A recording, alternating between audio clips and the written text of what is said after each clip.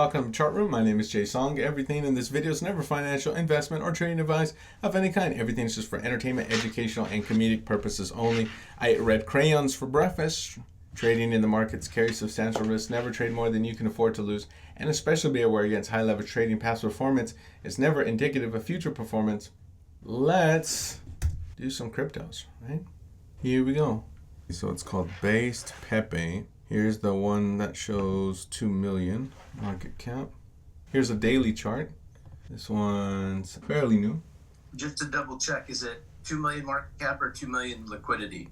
The one I'm seeing with the same contract address is 31.19 market cap and 2.9. Liquidity 2.88 million. Oh yeah, okay, great, awesome, thank you. Is that the one?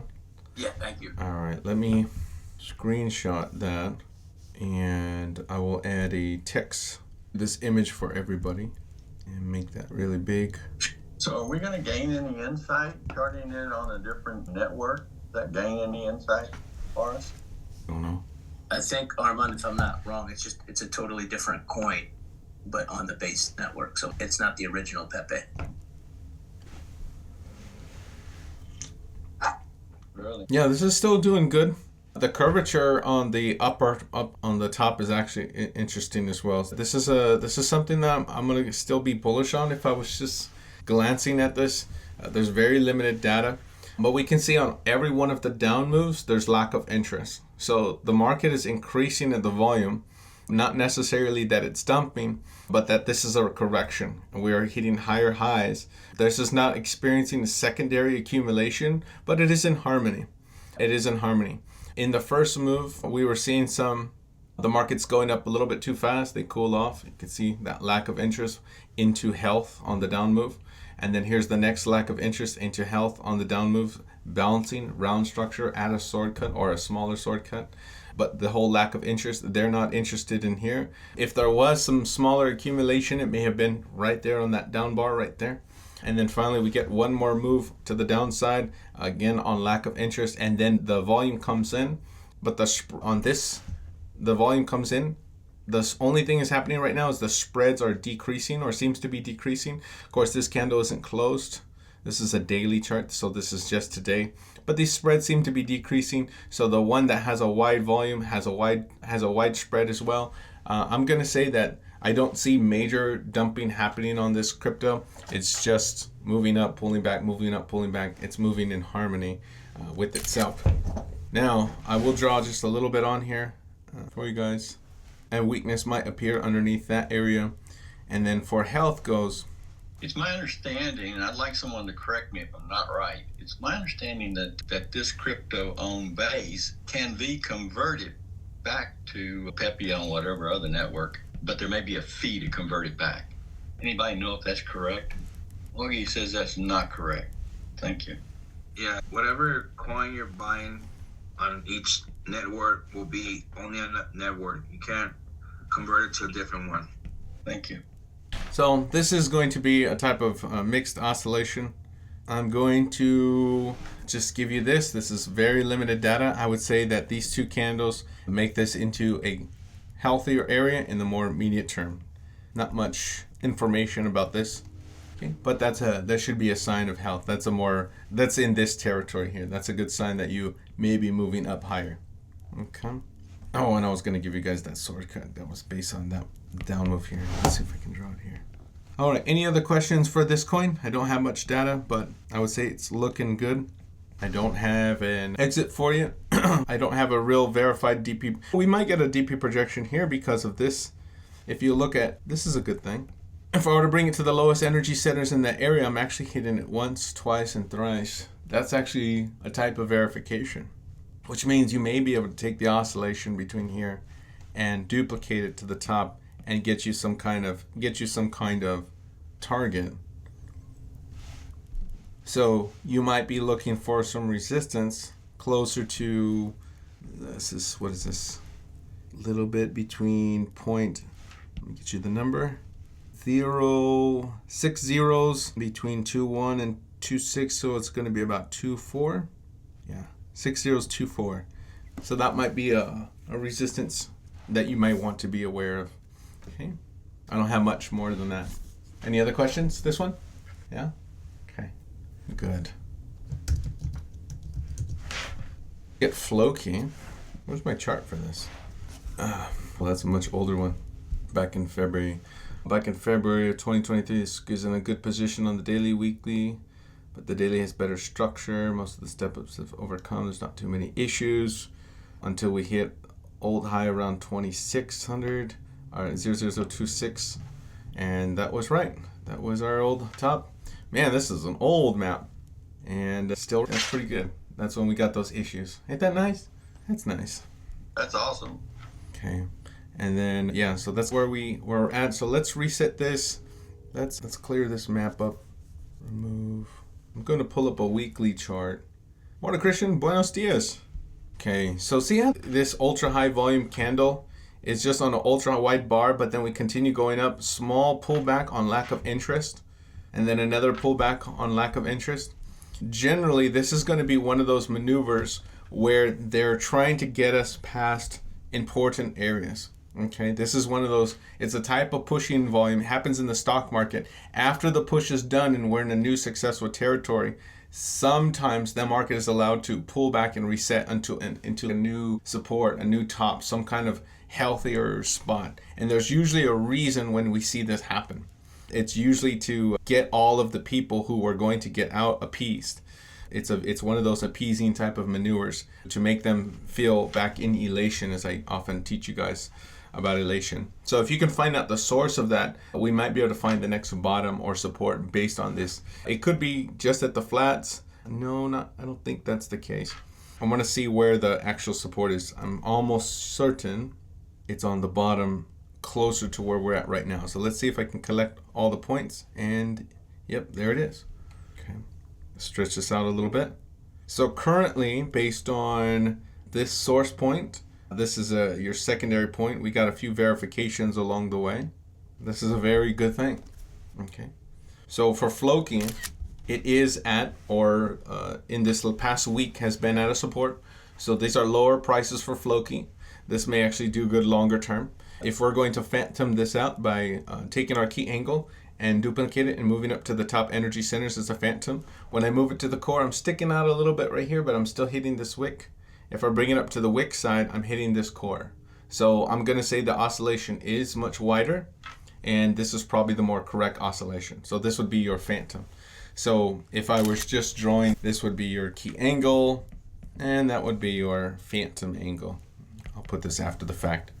And we want to place it right there.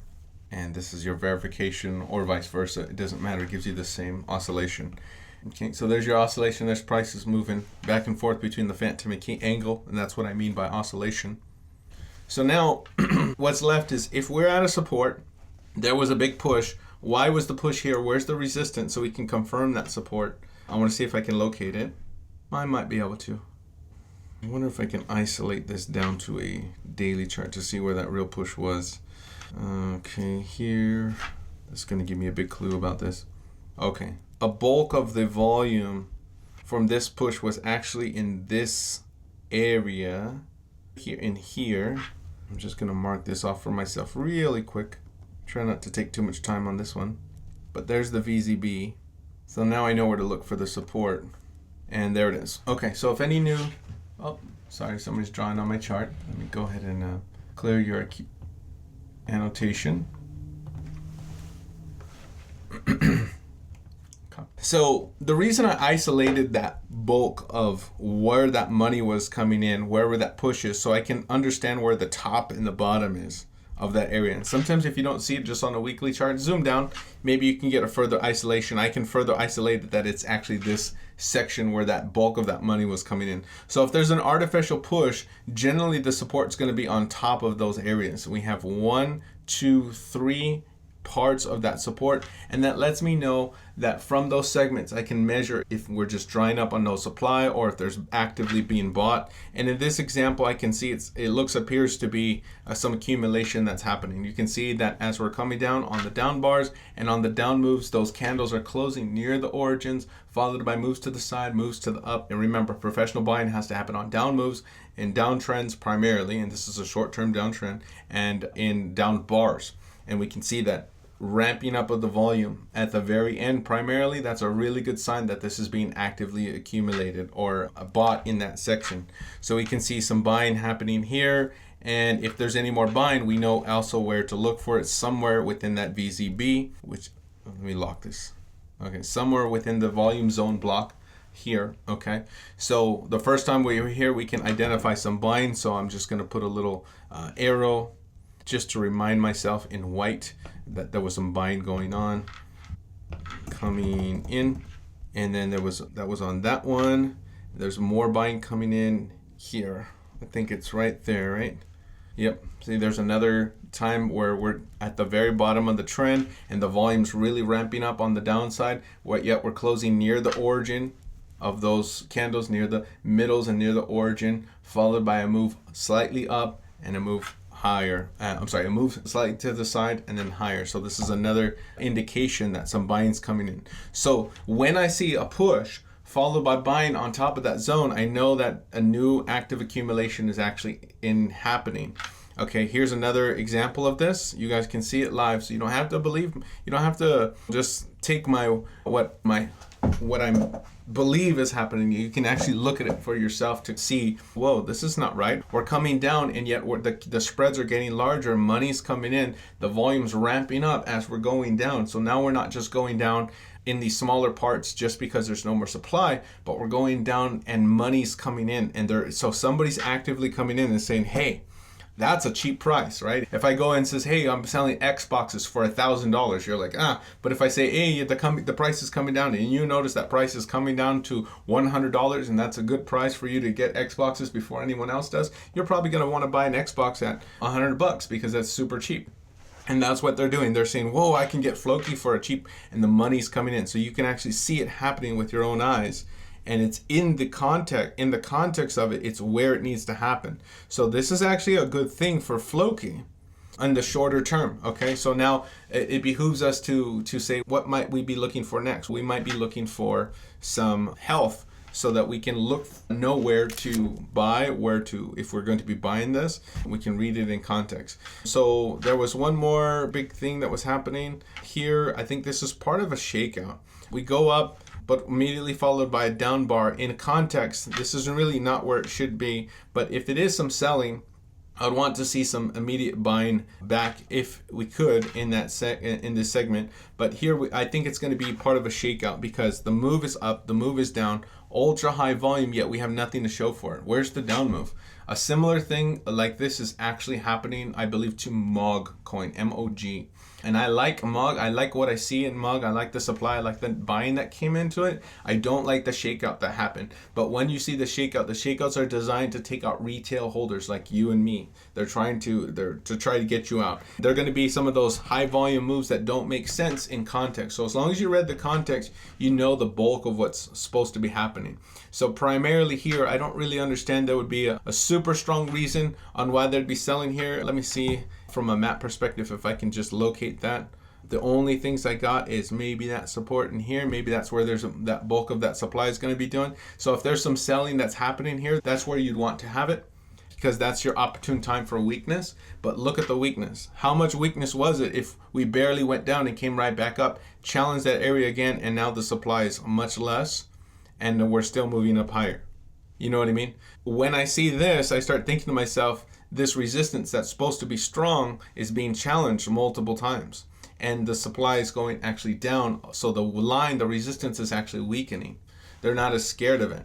If they're going to launch a push, it may be on top of that line. If I saw the volume increasing instead of decreasing, then I would be thinking, yeah, they're expecting much lower prices. But when I see the supply draining from the resistance line, the roof is leaking. It's like the dog chomping at the bit or the monster trying to get out of the cage, and he notices that each day that the bars are weakening more and they can't hold him. He's going to try to get out, something like that. Let me examine this just a little bit further because I'm examining the whole game so I can really time this crypto really good and see if we're getting a good deal or not for this crypto. So I'm going to be a little bit more accurate now with this last resistance. So it looks like if I'm being more accurate, instead of just looking at it as a range, these are probably breaking. So therefore, this last candle that was just from yesterday is a push as well.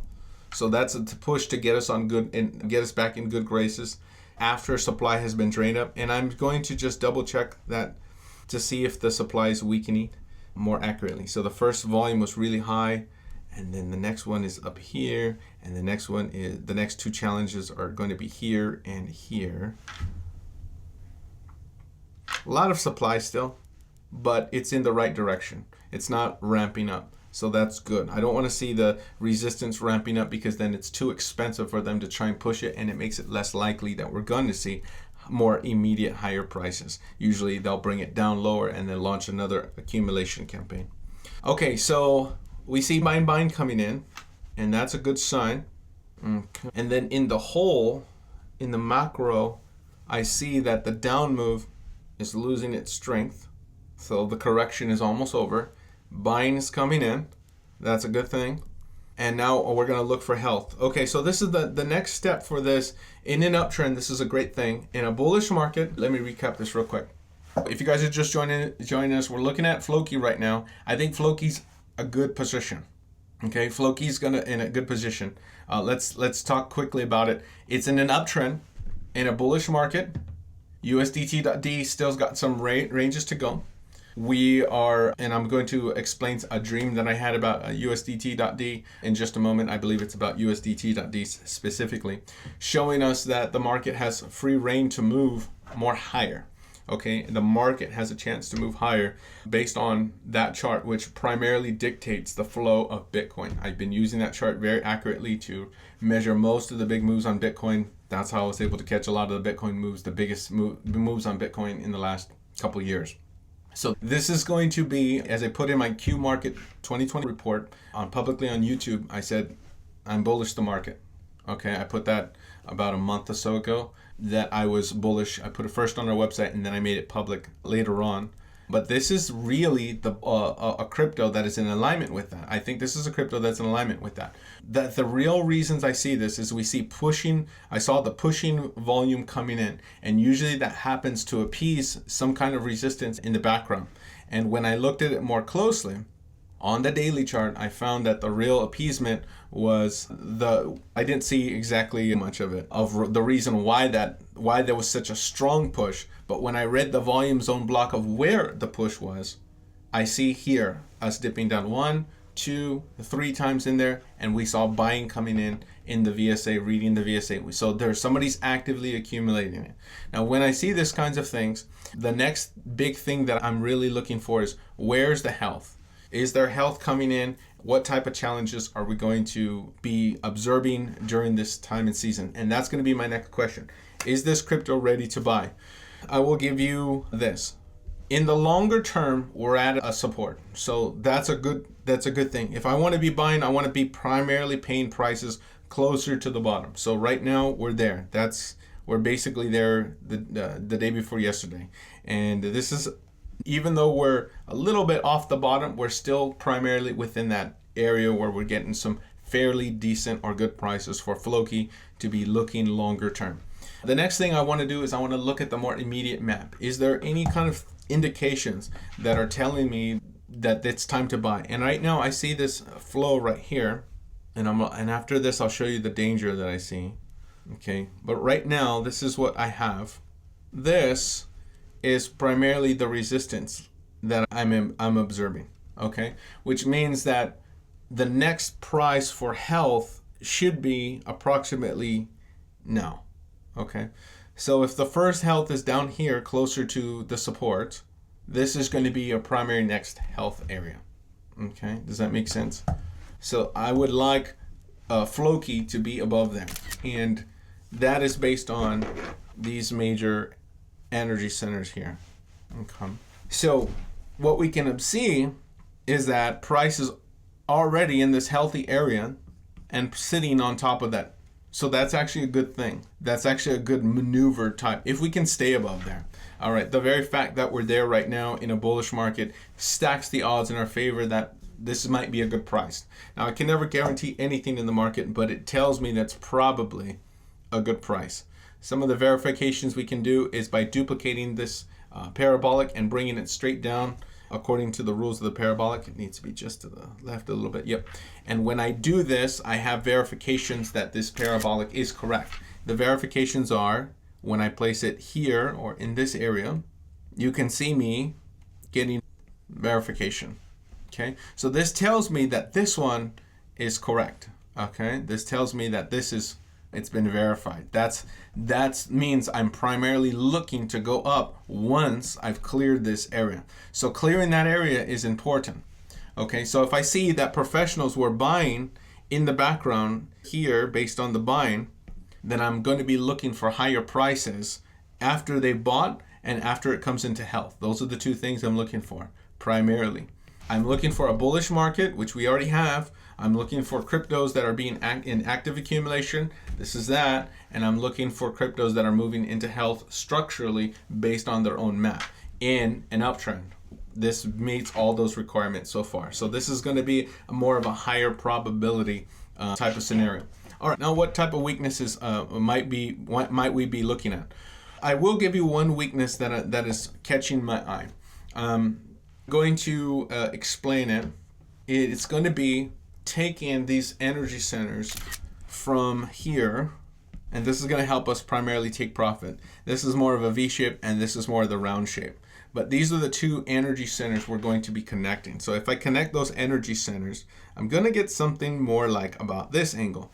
And the thing we notice about this angle is it's a downward angle. Okay. Of this downward angle, what are we going to do with it? We got to duplicate it to the highest energy center in the area, in this area. So we're going to bring this up here, and therefore our next resistance is going to be closer to here. Okay. Now with USDT.D coming up to hit its resistance in probably a few more days, we're probably going to be about the same area, which means we need another trade above here. So this is going to be divided into 1 to 2 trades. A trade from the distance between here and here, and then a trade between the distance between here and possibly somewhere else. And I'll show you where that somewhere else is. So that's one trade, and we can talk about how much money's on the table. But right now it looks like there's quite a bit of money to be made if possible. Okay. The next thing we're going to be looking at is the smaller energy centers on the top side, and it's going to be this one and again this one. We're going to be connecting those dots, and it's more of an upper angle or a flat angle. So we're going to be looking maybe something like resistances here. Okay. So when it comes to this, if we can get into these healthier territories up here, then we can experience some really strong moves way up there, potentially off the map, back towards that resistance. So from a trading standpoint, that's going to be a lot of money that's potentially on the table when it comes to these cryptos. So I'm going to give you guys this map. You can replicate this, but let's just draw those quickly so you guys can see what I'm talking about. All right, so this one is primarily a flat. Yep, so we're going to use a flat blue, and let's just borrow that one. Turn off my border. Background is blue. All right, I'll get you a price for that, and prices for all of these. All right, that's going to be 3032. All right, let's get you the price for the current support you guys are on. That's going to be 301117. The money that's to be made right now from this first territory is potentially 79%, 82%. Not bad. Not bad, 85, something like that percent. Not bad in this first move. So that's pretty good, potentially. I hope that blesses you if it does good. Okay, the next one we were looking at was collecting those. And let's use that green color again. So as a key angle down here, duplicating it up, that's going to put us and give us some resistances closer to 0027. Okay. So those are 3 prices that we might be looking at. Maybe the money that's between here and here is not so much, but we're going to need to examine the market at those times to see if we're still going to be bullish during those days. But as far as navigating the crypto, I think that would be maybe how we're going to want to play this game. Okay, so I will put those there. Do I have any questions about Floki here? My big thing is that I probably am not going to DP projection this one. I don't think that's the strongest oscillation because of this as a flat. It's very possible that we might be just dealing with another flat, and then that would be our DP projection, which is approximately there, okay? And to show you that if I take this and I bring it down to the bottom at the core, it's very possible that maybe a little bit higher. That's going to be the real oscillation is this way. If I were to DP projection, which means to take the distance between here and here and duplicate it out, it's going to give me it's going to put me approximately somewhere here anyway, closer to those numbers. So if I can hit these numbers, the vortex right now that's in the past, so there's not really a vortex. The numbers already oscillating out here, but we may hit there and spike up to that area. That might be definitely something I'm looking for. I will give you just the conservative DP projection. It's at 001, and if we can hit the whole run, that whole run in its entirety is closer to 600%. So that's just phenomenal. But we'll have to take it in its strides. Okay, we'll have to take it in stride. Any questions for Floki, my friends? Floki, going once. I'm gonna put some weaknesses more over here. Okay, all right. The chat's silent, so I'm gonna say nobody's interested in Floki at the moment, but that one's gonna be more short-term, immediate, and crypto. Let me check a look. Thanks for check a looking. This bottom support's closer to 007. Thank you. Yeah. Let's look at some more cryptos. Some people are looking for cryptos to buy in a bullish market. I think Floki's in a good position. Let's look at XEN. I did KuCoin a map on this quite a while back. It looks like I didn't have much data at the time, but I did have this downward structure. You can see that the floor was closer to 0.00029, and then you can see the weakness appeared here, and down we go. Once you learn these bottoms, guys, and you learn them, you can start reading when price is in the wrong spot, right? It doesn't take a rocket scientist to read the map once it's done. And maybe and I'm so glad you guys are here, because for the most part, what you're finding is that sometimes you don't know how to read, draw or create maps when you're just getting started. But sitting over my shoulder, my goal is that you at least learn how to read how price flows through a map. You can start reading when healthy structures are starting to build, or when bearish structures are starting to be built. And that can help you start with your pattern recognition and learning stuff and understanding the flow of price, which is primarily what we do in Sword Method, just reading the flow of price. All right, so since we're in this down move here, and we've been in this down move for quite a bit from our old XEN map, let's now draw some new things. We're going to need to minimize some of these. Okay, we have some major structures that are starting to form. I'm starting to have round structure here. That's nice. Okay, we're starting to have, we had the round structure here in a peak. So we had that one. But we also have this these two large long legs. So we're going to measure if this is being bought now that we're starting to round. When I start seeing rounding, I start thinking, am I in active accumulation? That's going to be a big clue that I'm in active accumulation. We're going to put on some of these volume candles real quick, just to simplify things for you guys, to help your eyes understand what might be happening, since we pay for them, right, on TradingView. So we got some very large down bars with closes near the origin, and that's really nice because we're closing up here. That means there's some buying going back on, followed by a move to the side and a move up, and then we come back down again, and we're seeing increases on those down bars and the spread. Let's look at the volume side by side, and you guys can see it a little bit more clearly. Okay, some heavy buying started happening here. We didn't move into health just immediately, but here's where the health would need to come in. Okay, we came down there and challenged here 1 and 2 times right here. You can see that the volume was clearly going in the right direction. Okay, we can see the supply being eaten up off the bottom into health, and that's a good thing. Now we got this big candle that looks like the wrong shape. Okay, it's a candle that's closing near the middle, followed by a down bar, but then we immediately come right back up in here. So what's that all about? It's very possible this is a type of shakeout. I don't want to say it's a type of push. I want to read it with the standard candles, but it's very likely that it's some new money coming into the market right here in these times, or a shakeout right before a healthy move. So now we have a sword cut that is actually created, and the sword cut is going to be created at the break from from this down area here, and it's going to be approximately in this area. And so as we come back into that area, is there more buying that's happening? Let's examine it. So let's pull up our standard candles again. Okay. So, and then let's also mark this with a map really quickly. Buying coming in. Okay. More buying here. And then now we know where to look. If the next support at the sword cut is going to be somewhere about right here, we're looking for the support to come back in. Let's look on some of these individual down moves. Here we got a down move closer. We're still far off. We got one more down move. We got one more down move here. This is where we're starting to see some above average volume as we're touching that sword cut. That's where I'm primarily looking right now, by the way. And then we can just see something very unique happen. I shouldn't say it's very unique. We're going down, but the volume is drying up. And that's a good sign, especially if we had in the background into areas where they previously already bought it. So if they bought it here, then there was a little bit buying here, but the supply was going down. And now we come back again, and the supply is even lower than it was the last time we were buying it. We can see that the buying is going in the wrong direction. So what is this? If buying's happening here, and some buying is happening, and the supply is being drained here, what is really happening? They're accumulating it.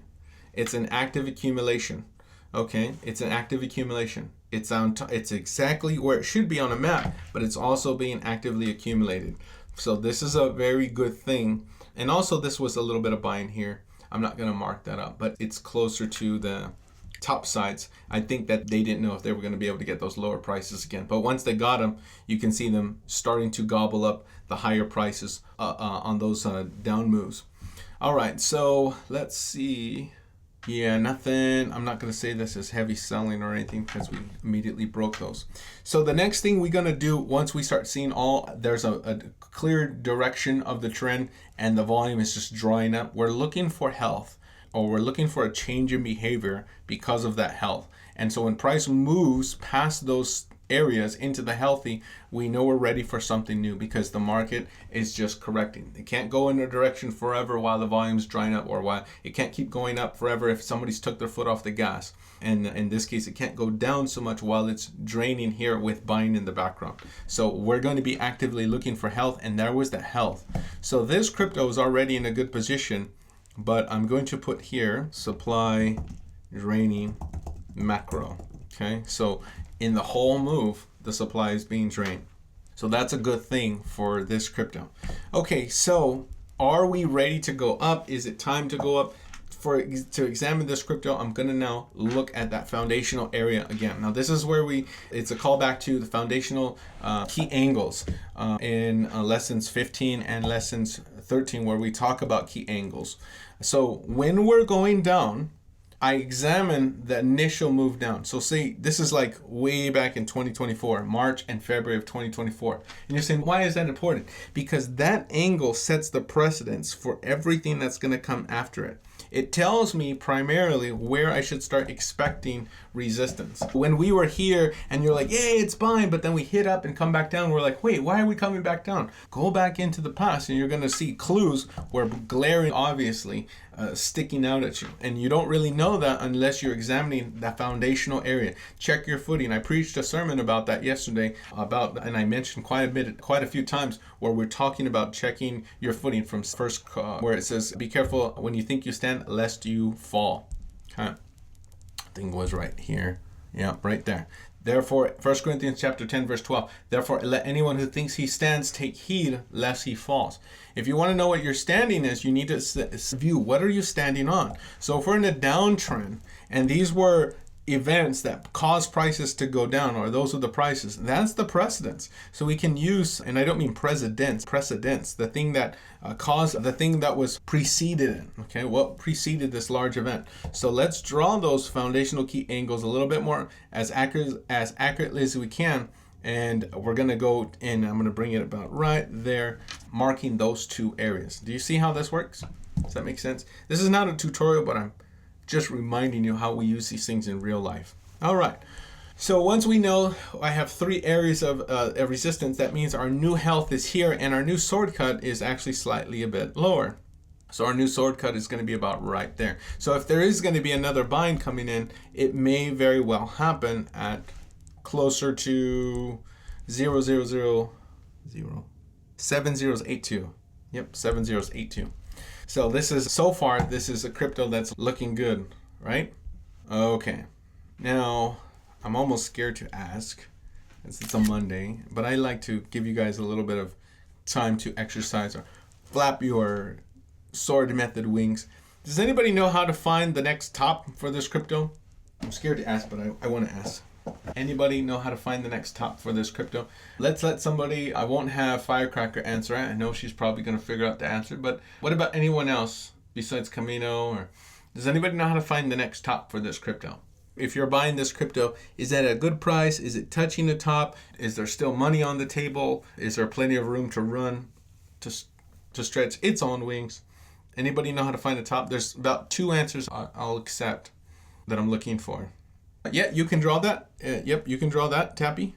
Is that you in blue drawing that? Actually, I'm driving. Okay. What did you say, Tappy? I think I missed it then. I was saying, is it a hidden Bella method? The hidden Balor method. If we saw price really sticking up on one of those, we can use that hidden Balor. Maybe there's a hidden Balor up there. But I'm going to say no. We don't. That's maybe more intra. But it may be one of the answers. It could be something. And then we may get some congestion here. There's another thing we can use. We use that flat. I saw InvestBox and a few people drawing the flat there. That was good. There's one more that we can really use. InvestBox is duplicating. He's making a DP projection based off of there. So that's good. I can see what he's doing. He's taking the distance between the flat on the bottom and this distance here. He's basically duplicating out the distance. And that's one way we can do it. The bottom of the key angle, I would say that would be the key angle, and the placing it at the top is duplicating it. That's the phantom. Correct. And it's a flat. Yes. So the bottom is the key angle, but in this case, it's a flat. That's why I said there's 2 answers we'll primarily take. So if I was to draw the angle on the bottom, it is a key angle, and we can duplicate it to the top energy center. It's that one right there, up there. So when we duplicate that energy center, it's going to give us primarily the top. And therefore, I know that because of that price, I can decide if there's money still available for me to make or if there's not. If I'm right there at the top, I don't want to take the trade. It can be dangerous. I can be more risky. Like Doge has a resistance just right there. It's just right at the resistance. If I would have bought, I think it was yesterday, I'm more risking it. It's not saying I'm not saying it's going to go down, but I'm just buying it right at the top and most of the money is gone. So if I was short-term trading, that's where I would have wanted to take my profit. And sure enough, it's been stuck there for almost like 24 hours. So that's something like we want to use. This is how we can measure if there's plenty of room for us to run, or at least there's more probability that there's room for us to run. So if I was trading this right now, XEN, the next resistance is more likely going to be here based on either the flat or the phantom key angle. In this case, they're both a flat. Okay, so if it was at an angle, just say it was at an angle, I'd want to duplicate it and put it on top. But because this is just flat, I'm not really bothering with making any kind of other key angle. If we were to write this, I can put key angle, KA slash phantom, key A slash flat, and this would be an multi-touch flat, MF, slash phantom, okay? So it's the same. You don't have to label it all that. I'm just labeling it for your sake so you guys can see just what I'm actually doing. Okay. But however you slice it or dice it, I love sword method because it verifies each other forward and backwards. Sometimes if you forget a step, it's already included in one of the analysis within sword method that you're already performing. Okay, so the best time probably were to buy it would have probably been something closer to these prices originally in the more shorter term, maybe yesterday before we get this. Oh, sorry, this is a 2-day chart. So let's something like Saturday. That would have been a good price. Okay. Now, if you still have it, am I want to take profit right now? No, I do not want to take profit. And as I think it was InvestBox said, he was already taking the distance. Who is it? Who did it? The one who drew in yellow. He was already putting the duplicating and making the DP projection for us. So we can actually DP projection that already for ourselves. And we may want to say, I'm looking to take some profit closer to these prices. But what has to happen before we just start going for those higher prices? Does anybody know the answer to that? What has to happen before we start really saying we're going to get that 6022?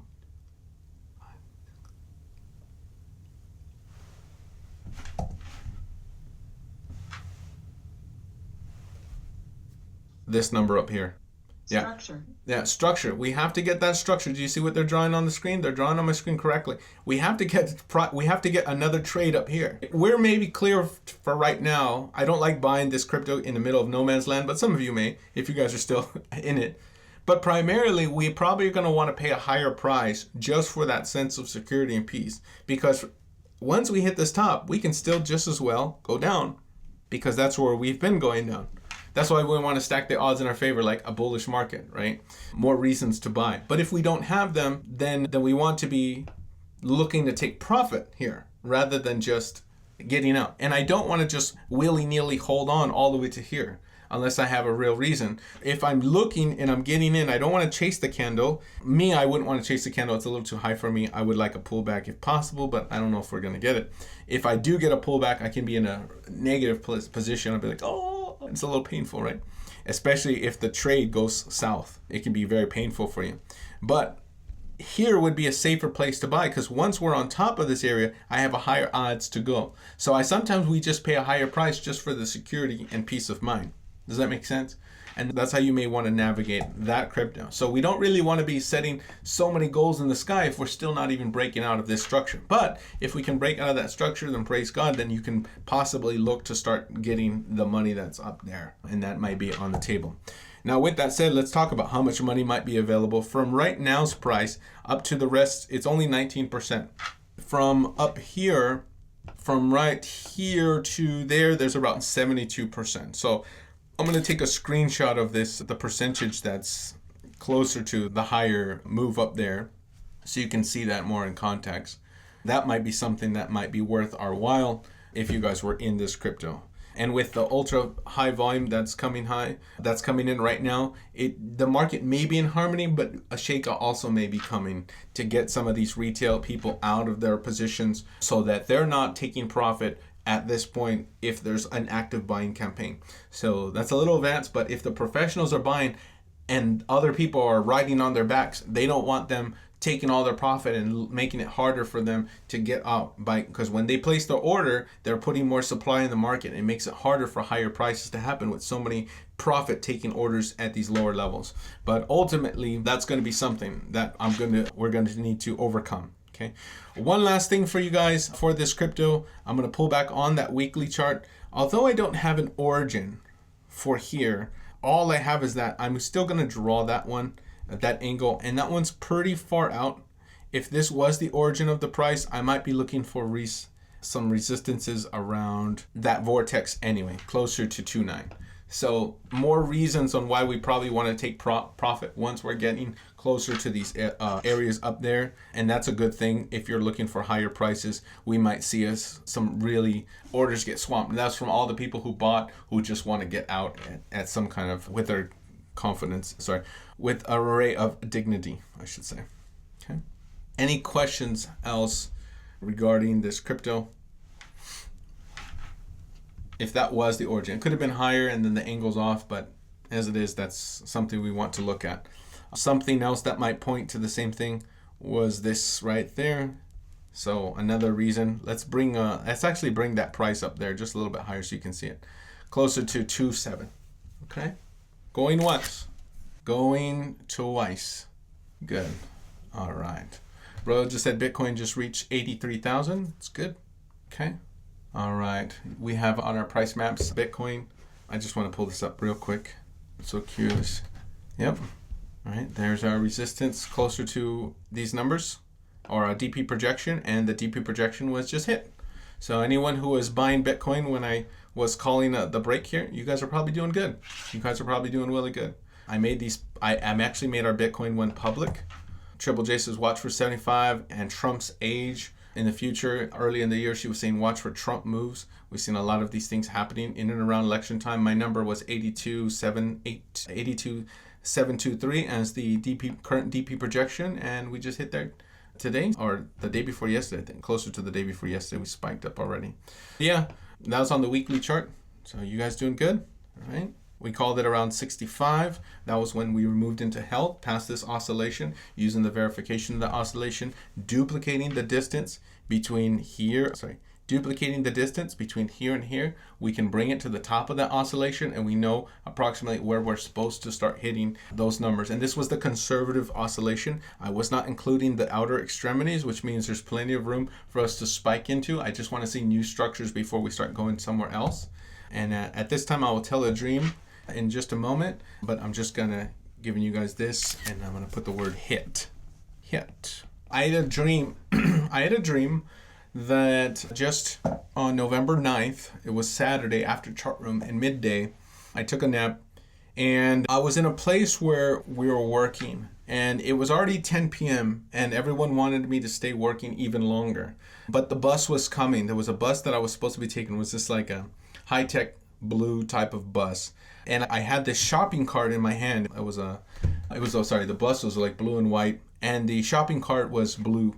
And I found myself, I was going home, and I remember that I needed to just take the bus. Everybody wanted me to stay longer, and I just needed to get on the bus. I just felt, I'm just gonna get on, and I pushed the shopping cart on the bus. And I remember some of the senses of the feelings that I got that came over me as I was having this dream. And when I woke up in the dream, I felt, being half asleep, I felt like the Lord was speaking to me. And I felt the Lord was really telling me to stop being bearish at the moment and to become only bullish. And I need to be more brave being bullish and just not go with the crowd, what everyone's trying to tell me to do, but make sure I'm just being bullish at the moment. Now, I've already been, as you guys know, I'm going to pull something up real quick so I can include this in this presentation. This is an image closer to May 9th. And we've been reading this oscillation for quite a while for USDT.D. And what this oscillation is, price moving up and down. When we were at the tops, we're looking primarily to come down. And when we start rebuilding underneath the underside of the structure, we're looking primarily for weakness in this chart, which means Bitcoin's going to go up. This chart moves the opposite of Bitcoin. Closer to around November 4th, we were making big calls about the market becoming bullish because of the structure that was happening. This was that oscillation, and it lasted for quite some time. When we were here at the top, we were looking to be bullish on the way down, and then using caution once we were on our way down, taking only bearish trades in the short term or looking for the markets to reverse. But once we appeared on the underside of here, we became to be very bullish of the market.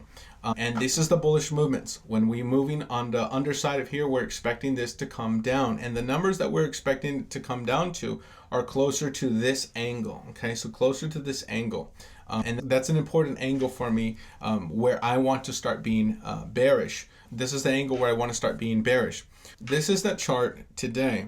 Okay, so this is that same chart. These are the structures. There's a 2-day chart. Here's a daily chart. And we're almost there at the first stop on the bus, which is 425. Okay. So this is how we primarily predicted the next bullish market way before it happened. It gave us plenty of time. We had a few weeks left to pick out some cryptos that were getting bullish and positioned, structurally sound. Some of you guys are doing really well in the markets, and I hope you guys have been doing really well using this to help you navigate what's primarily happening in the crypto world. So I wanted you guys just to remember, you guys, but the reason I'm mentioning this is because I felt the Lord revealing me that I need to continue to be bullish. Now, normally what would happen is once we're at 4.25, I'm going to be looking for a strong reversal. And now it's very possible that we're going to phase through these lines, or we're going to break to the underside and build to the up and come down, or we're just going to ignore it altogether.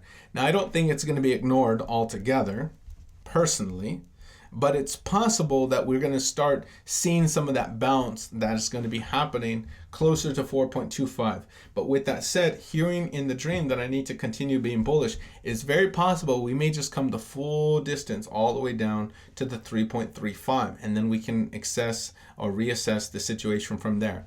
It's at 3.35 that I'm actually expecting markets to take a big dump, and I've been expecting them to take a big dump. However, now that they're happening closer to Trump's term or closer to his inauguration, barring any external events such as maybe war or certain scary news things that may come out, but barring any of that, I actually expect that it's very possible that what's going to happen is there's going to be another weakness that's going to be revealed on the underside of this line. And if this chart goes down, I'm looking for Bitcoin primarily to go up. So the more this one goes down, Bitcoin goes up. That's why we can check all the Bitcoin moves.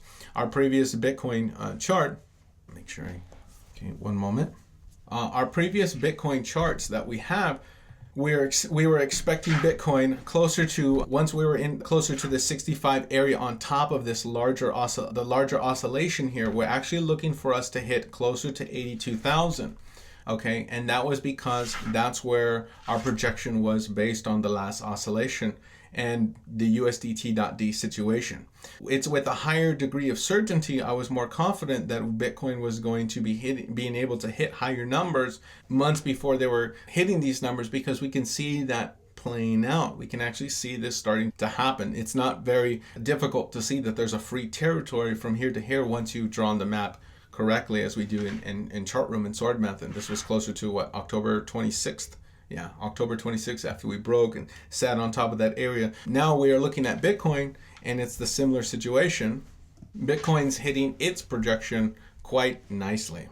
Here's the same weekly chart, and you can see that we've hit there quite nicely just last week and this week, or closer to the end of last week and today.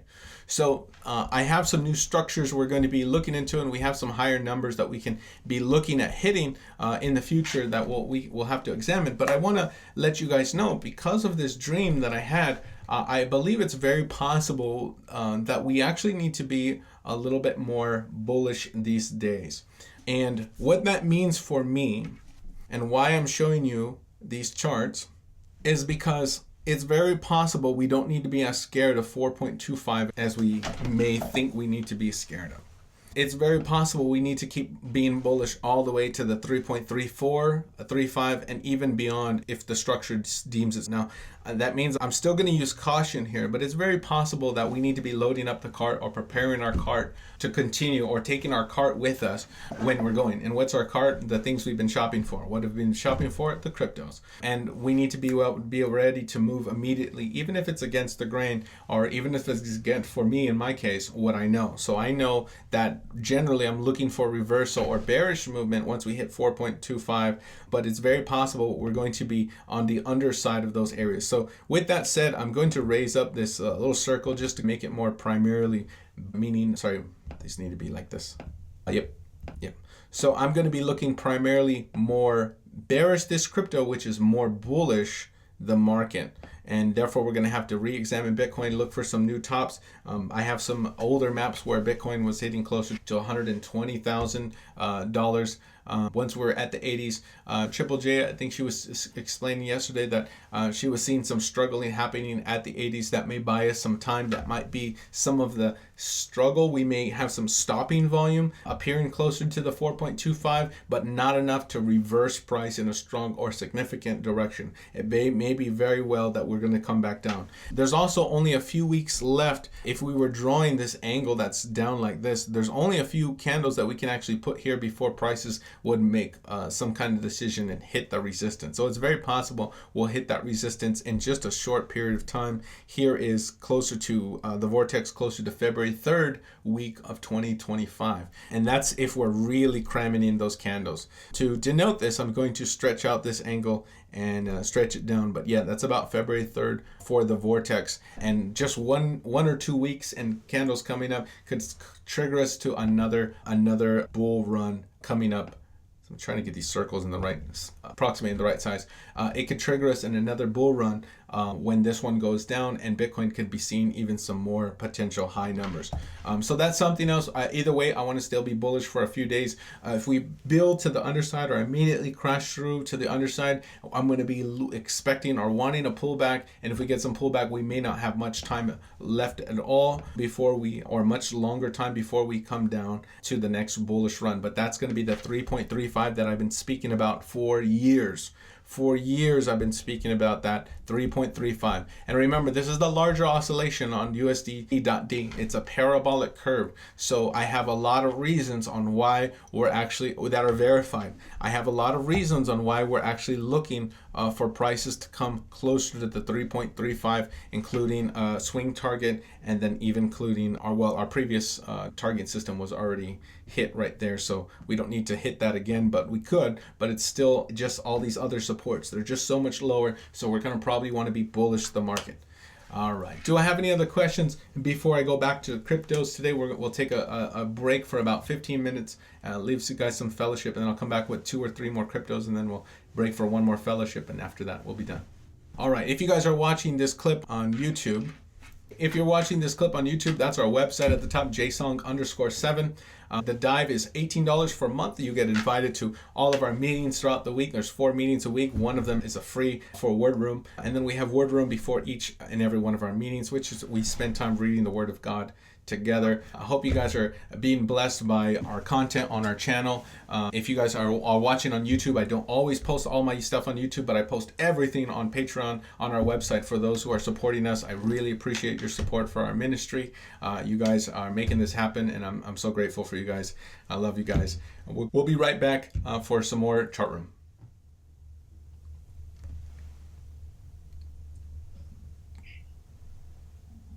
Can I ask, does anyone in the group? All right, and we're back. Remember, everything in this video is never financial investment or trading advice of any kind. Everything is just for entertainment, educational, comedic purposes only. I need some more hot chocolate. I eat red crayons for breakfast. Trading in the markets carries substantial risk. Never trade more than you can afford to lose, and especially aware against high leverage trading. I want to let you guys know, I think some of you guys who have not really experienced crypto bull markets or bullish territories like in far are understanding now some of the fullness of it. There's a reason I don't want to say the word pessimistic, but when I see bearishness in the main charts, I'm not afraid to let you guys know. That's why I often say, man, I'm the bearer of bad news. Superfood and Camino and Firecrackers, some of you guys, some of the OGs, Roy, everybody, you guys remember sometimes for large seasons, I just was like, this is bad. This is not really good. But I hope I saved you over the years a lot of money. Because there's a lot of people that was putting up prophetic stuff about crypto coins, but they don't have timing. And Prophet Robin had said, listen, I see a lot of stuff for crypto, but I don't have timing. If you want timing, go to JSong. And he specifically said that. Because we focus primarily on timing. I love to add prophetic stuff when we have it. If I have a prophetic dream, or some of the prophetic people in our community speak or see things, or some of you guys had dreams, House, Triple J. Many of you guys are having prophetic stuff. You send me stuff, collecting stuff. It's wonderful. But what we primarily do in Chart Room is we combine that information along with a chart, so we can actually stack the odds more in our favor. When I asked Prophet Robin, am I going to miss it? And he said, no, you're not going to miss it. When speaking about the big wealth transfers, he said, I'm not going to miss it. And I don't think I've missed it, because there's been so much bearishness that happened in the market. We were primarily needing to only look for bearish cryptos or bearish movements. But now that cryptos move into a bullish territory, when we're in a bullish territory, as explained by USDT.D and Bitcoin, once we start getting those territories, you actually need to be picking cryptos that are bullish, okay? Because they're going to have a much easier time going up or breaking past. In a bearish market, if you have a crypto that's really bullish, it's like the one salmon trying to swim against the stream. It's much harder. Once they lay their eggs, they usually die. That's how bad it is. That's how much energy they have to exert on just that situation. I would imagine how much easier it would be if the stream was the same way that the salmon were actually planting their eggs. But that's just a silly analogy for something that happens in real life. You get people who are burnt out of crypto after they plant their seed. They're just like, oh, I'm done with crypto. And they don't know how to take advantage of any of the intermediary events, or even when it's actually happened, it's hard for them to even understand because they're so burnt out by bear markets. And if we're in a bear market for a long time, what we need to do is identify where the bullish territories, where they exist, as we've been going over on this channel, such as when we talked about XDC and the Bitcoin situation. Sorry, not XDC, USDT and the Bitcoin situation. So a simple way you can do this if you're trading meme coins, and let's talk quickly about meme coins. A lot of people are saying, hey, this is meme coin season. From a technical analysis standpoint, I can't speak too much about many of the smaller meme coins, especially the more newer ones, because they just don't have much data. And it's harder for me to see and understand what's going on because I don't have a chart really to show me what's going on, or at least a chart with enough history that I can verify or get a good sense of what's the flow of this crypto. If you see a stream and you read the stream, you can get a good idea where that stream is flowing. But when it comes to meme coins, the flow is so new that your guess is as good as mine in many cases. However, I can tell you that one thing you can do to stack the odds in your favor if you're trading meme coins is draw the structures. If the market is bullish or the market is really hot and structures are coming into breakouts, you want to continue doing those trades as long as the market continues to be bullish. Once things cool down, then it's a little more dangerous. If the markets are becoming bearish and you start seeing structures on the underside and you start seeing prices move to the underside of those structures where they're moving, you want to start looking to take the opposite trades. But you want to be bearish in bear markets and you want to be bullish in bull markets. That's basically the rule of thumb. And that's going to help stack the odds in your favor for anyone who's trading meme coins. All right, with that said, let's go into... Yeah, go ahead. You have the bullish list, and I have an issue opening that list. The PDF one?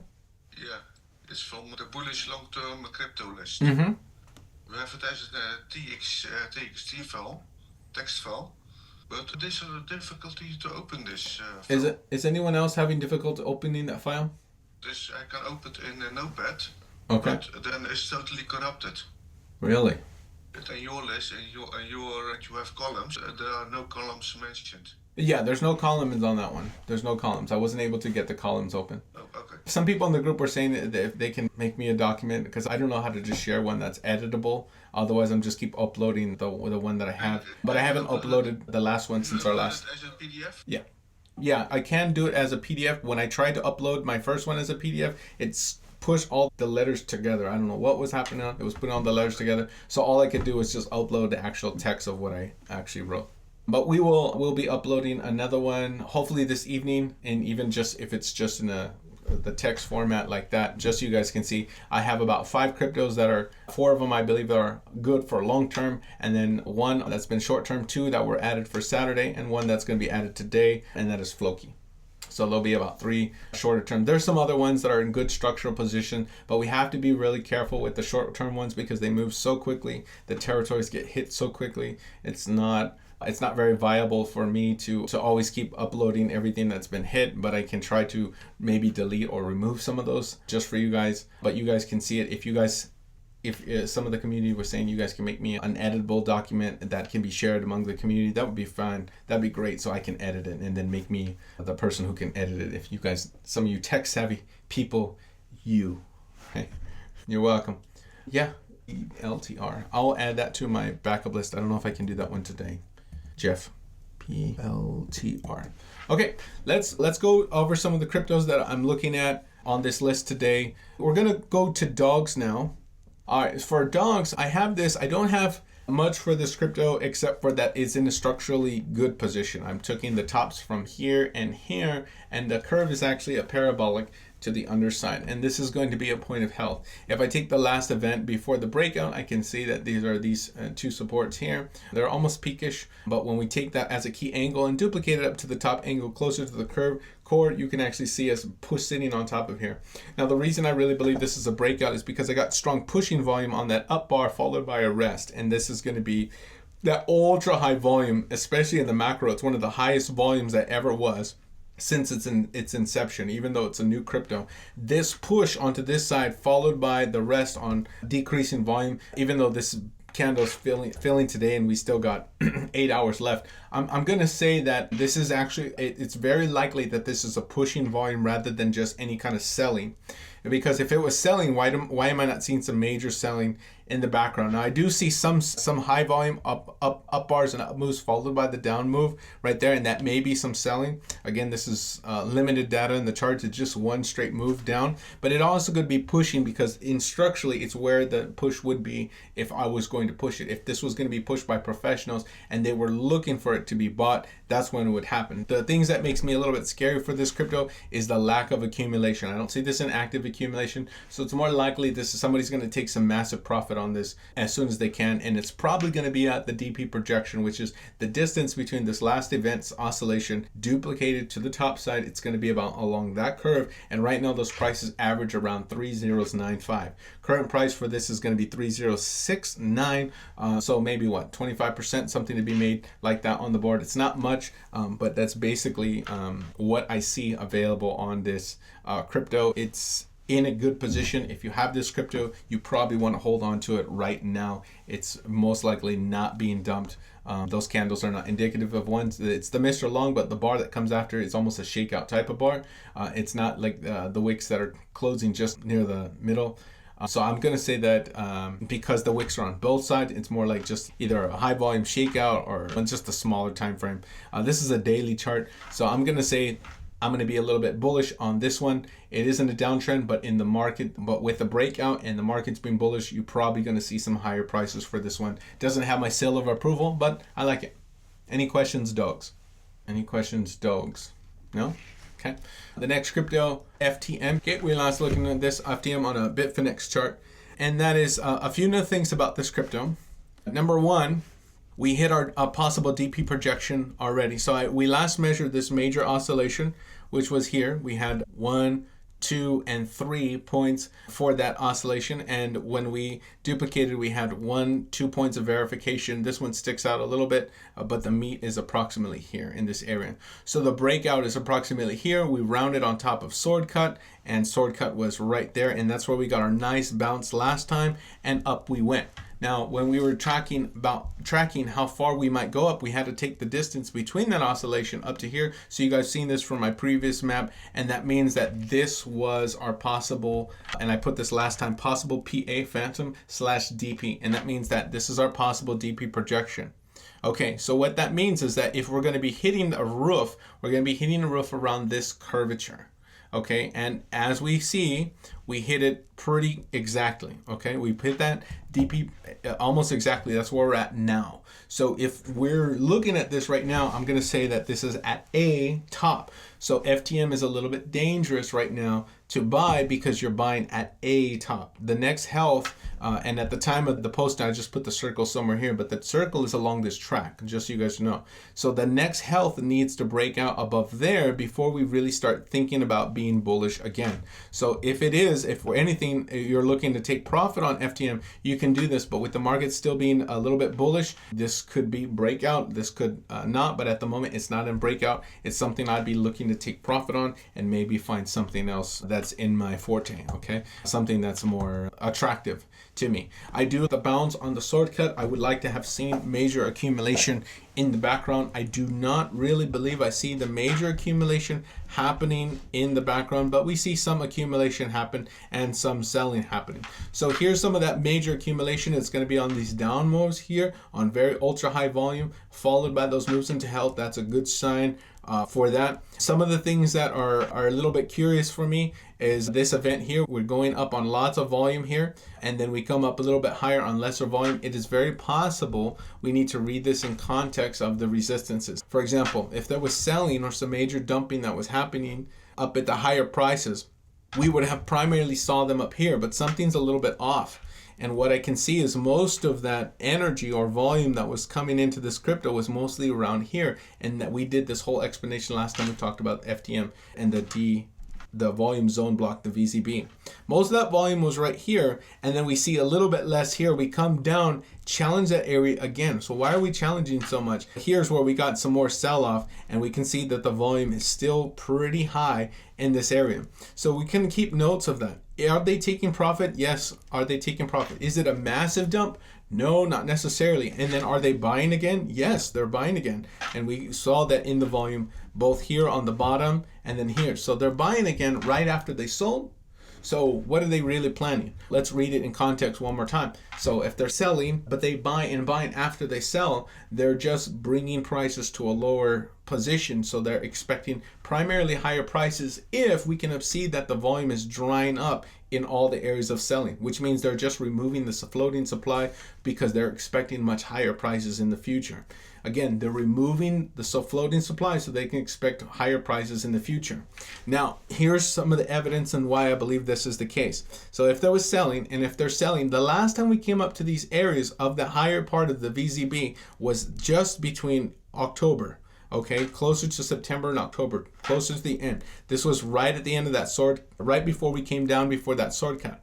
And if we look, we're seeing massive volume on the up bars, followed by very short down moves. But look at this in order. The most volume was here. We barely come down, and then we come up even higher, and there's nothing to show for it. And nothing, no major selling climax is here.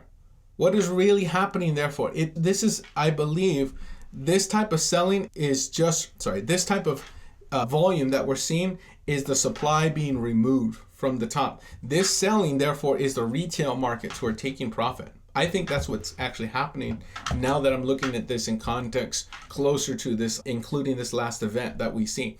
I think FTM is experiencing that. I think the bigger players who are playing are not really dumping, but it's really just retail that's getting out, and they're removing all of that supply taking. So this means that the retail people who bought at all the lower prices or who bought here, they're just like, okay, I want out. It's not going anywhere. And then these people are like, yeah, let's make some money, and they take their profit and they get out too. But the real players all along are just trying to get them out of the game. And we can see them getting out of the game because the supply is almost zilch. Before, when we were in these areas, the volume was off, it was really high, and now it's almost nothing as we come into these areas. So this is therefore most likely the supply checks. Is there still a lot of supply? Yes. Is there still a lot of supply? No. 1 and 2. 1 move up, 2 move up, but nothing for the second one.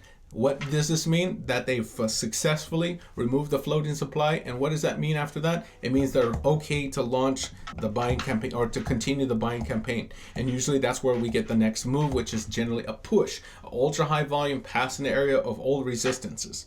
Okay, now this happens quite a bit in the market after the floating supply has been removed. So this doesn't happen often. It generally has to happen, and they can only launch it because it's really expensive to do this. If you're the large players, it's very expensive, but you see them doing this only after they've removed the major bulk of the floating supply. So when you see this and you see what looks like selling, but price is not responding in the way that it would normally receive like selling, and you see them challenging it over and over again, but then you see the volume going down, you know that they're just removing the floating supply. That's really what it is. I don't believe it's the major players dumping it. Otherwise you would see some prices move into negative health or something like that. And now this is only going to be able to see in the next health. So I'm going to be looking primarily for this number, 79 cents for FTM. If FTM can clear this, then that really means that that's a good thing for FTM. I would have loved, it's the only way this really makes sense why they're so selling and then buying here, and then they are supposedly selling but nothing's to show for it, no weakness. So we're going to use weakness as our primary indicator that analysis is correct. With VSA, we have to read most of it after the fact. So where's that weakness is that we can confirm it. Number one is going to be this angle approximately about here. Okay, and this is where we're looking for possible weaknesses to appear. Before, this was a delay territory, but since we already hit this, we're going to delete that delay territory. This first weakness is going to be here, and I'm going to give you a price approximately for that. Although I'm not really expecting prices to really build below here right now, being in a bullish market, they may actually throw some of these prices, they may throw some of these prices out there easily. It's much more easier to throw some pushing volume to get prices out there above this 79 cents area because we're still in a bullish market. But here's the 60 cents, and then there's another support, and I believe it's going to be along this curvature. And if I pull up a weekly chart, you can probably see it much more clearly. And I'm just including these three bottoms here, approximately from here. So I'm going to put that on your map. I already took a picture of that for us, but that means that the next weaknesses may appear underneath closer to 47 cents. So it is a little bit of a ways away. It gives us plenty of safety nets.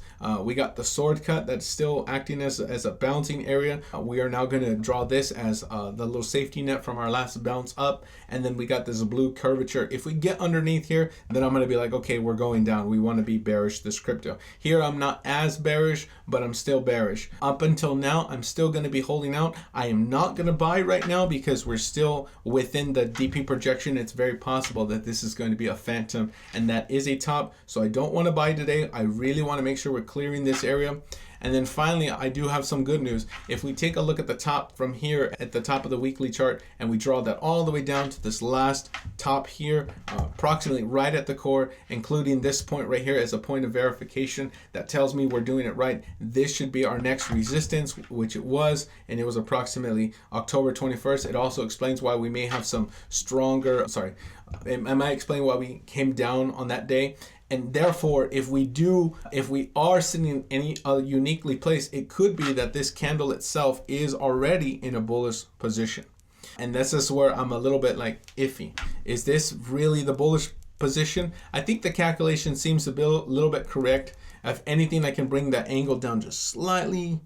Yeah, that's going to be more correct, right? So that might put the candle in a bullish position, yet we still hit the projection. Now, projections don't primarily or automatically by default act like resistances. So is this really the end all be all resistance whereas we're going down? And is that why we're experiencing this? And what is this really happening? Is this the push? It's very possible this is the push.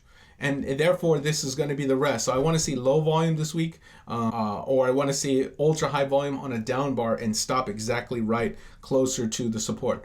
I'll bring you this extra support closer to maybe this newer calculation. It's approximately 75 cents. All right. Now, one other thing, I just felt the inclination to draw when I was doing this chart before presenting this, and that's that if this is the structure, here and here, which is those three, then I'm actually dealing with an inverse curvature. And this inverse parabolic is going to be approximately here, and that would be in blue. So I highlighted it already for you guys in blue so you guys can see it. And I'll bring it up right now so you can get a good look at it. There. So of this, it looks like right now this candle is already above that area on a daily chart.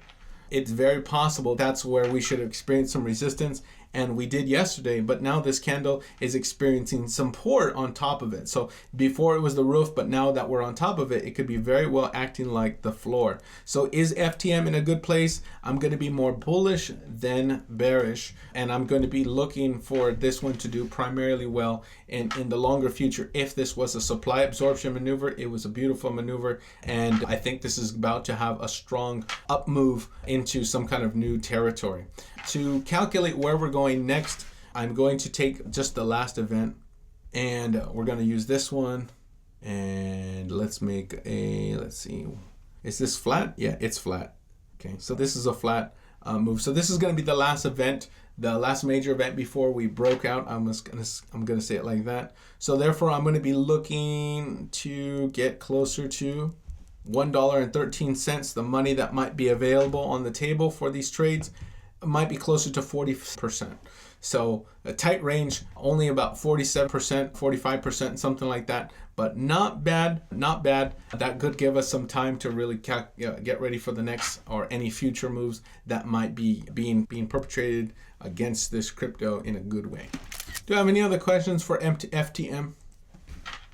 Gonna say I'm bullish, more bullish than bearish this crypto.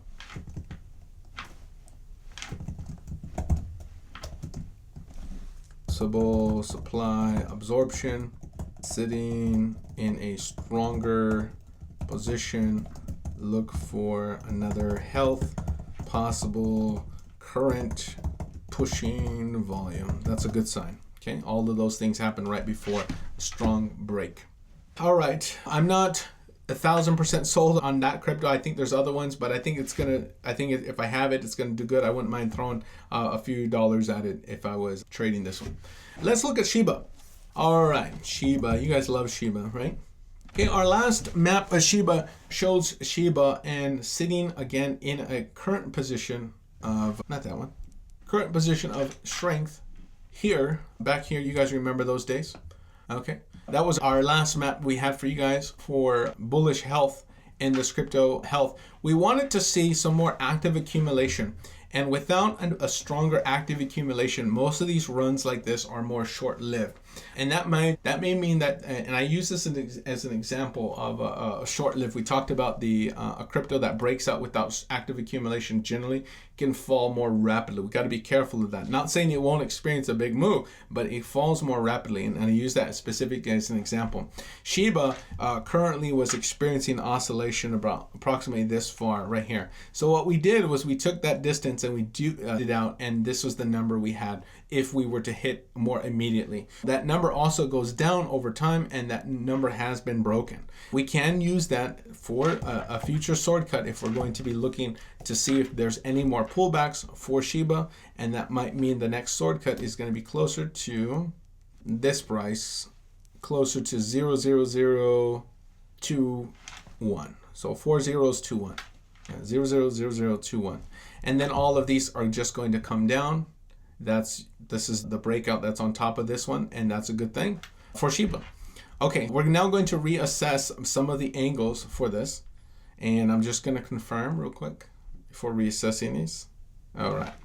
So for simplicity's sake, we're going to take this angle, and I'm going to borrow this angle. We're going to adjust this one, give it a new color to show that it was a new angle, and I'm going to show you what I'm doing. We need to account for the round structure here and the breakout. So therefore there's some strong support here, and we're going to now be able to include that with this. So if all we had at that time was that, we just still have the foundational angle. Now let's adjust this to account for all of that stuff that's on the bottom and see if we can find more structure. So now that we account for this and this, we can see that the wick back here is in alignment with this, and that's a good sign. And now we have a new key angle that we can use. With this key angle, we can duplicate it and place it at the top energy center, which is here. And now we have new rooms for new top. Who would love to see some SHIBA hitting closer to 0.00056? That'd be pretty good, right? It's very possible. Current price for SHIBA to there is closer to 117%, and that might be a good place for SHIBA. Now, already we have this from our previous maps. That's no longer in declared territory.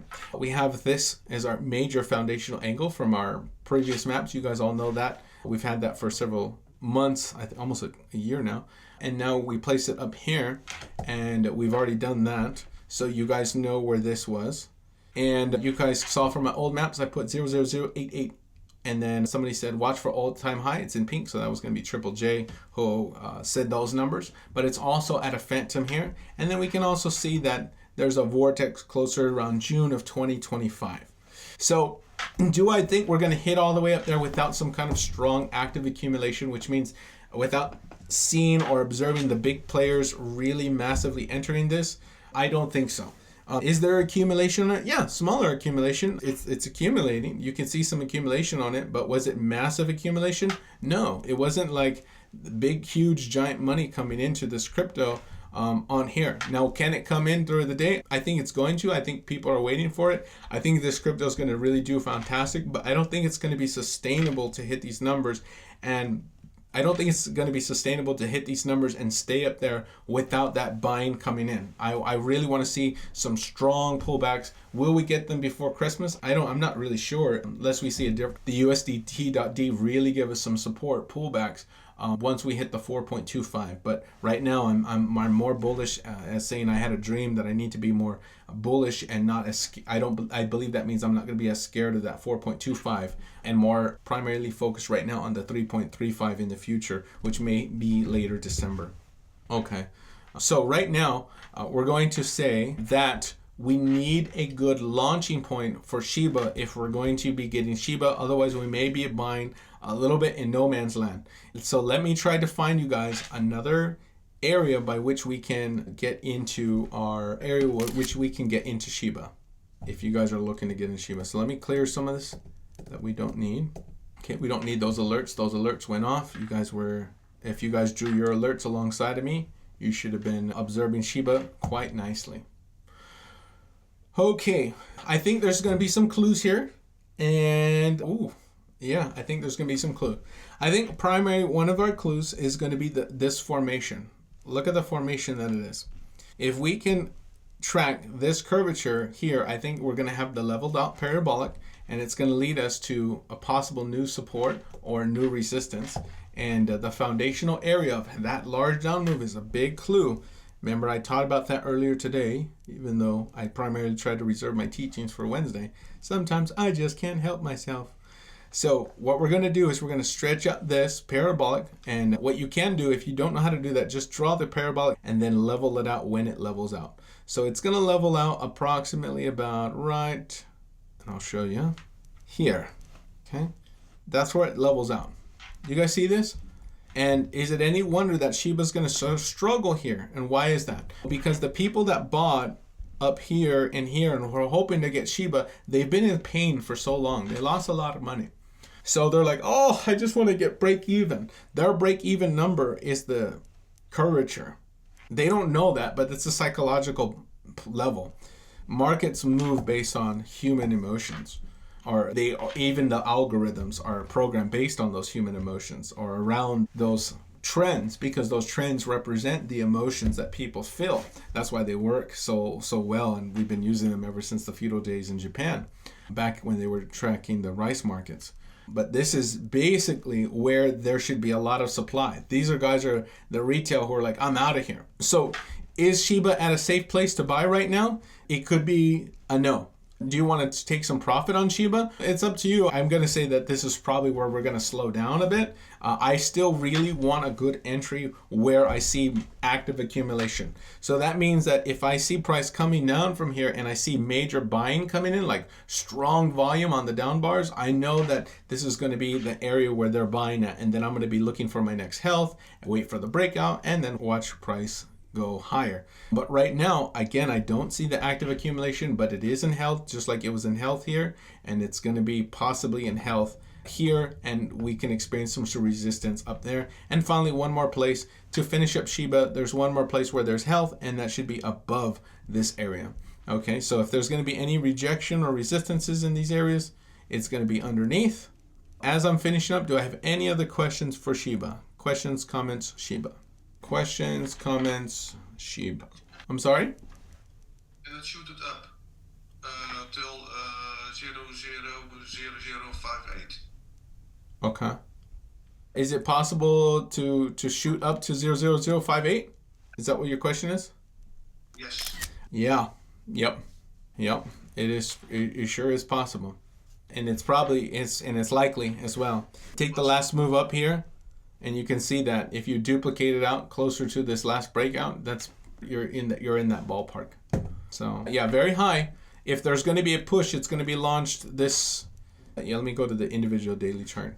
If there's going to be a push, it's going to be right now. But we also may see high volume because retail is taking profit. So we'll know primarily once we can get past these areas. You're going to know with a more certainty what type of volume we're looking at. With volume, you don't know what activity is. You have to read it in context, put the clues together, and then sometimes you just have to read it after the fact, but then you'll know what's happening in the story. So with the activity, we've seen this ultra high volume up bars, but they're getting rejected so far off here. Then we see one that's wicks on both sides, up and down. Generally, that's a shakeout bar. If it's on ultra high volume, it still may also be a push to try to get us here one more time. But without the active accumulation from the retail market, is it going to be enough to do that?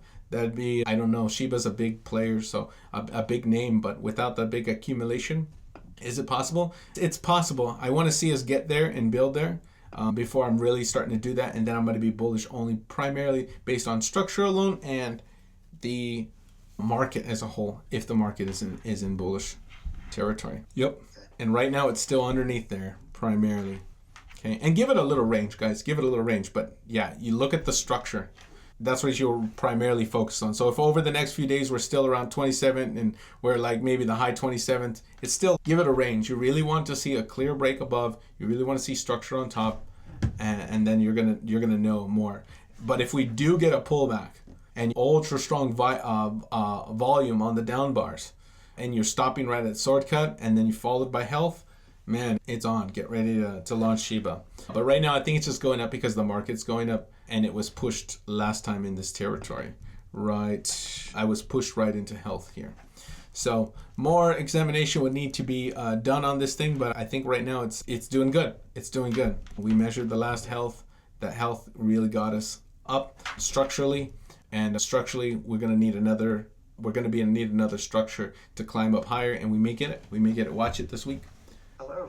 Would it be possible or a good idea just to briefly compare SHIBA and Doge, because Doge seems to be front running SHIBA and they usually run together, so I just wondered if Doge had done a similar pattern and has already much surpassed SHIBA. Doge is sitting against its, here's the watch line, here's the top part of that watch line, and it's sitting right against there right now.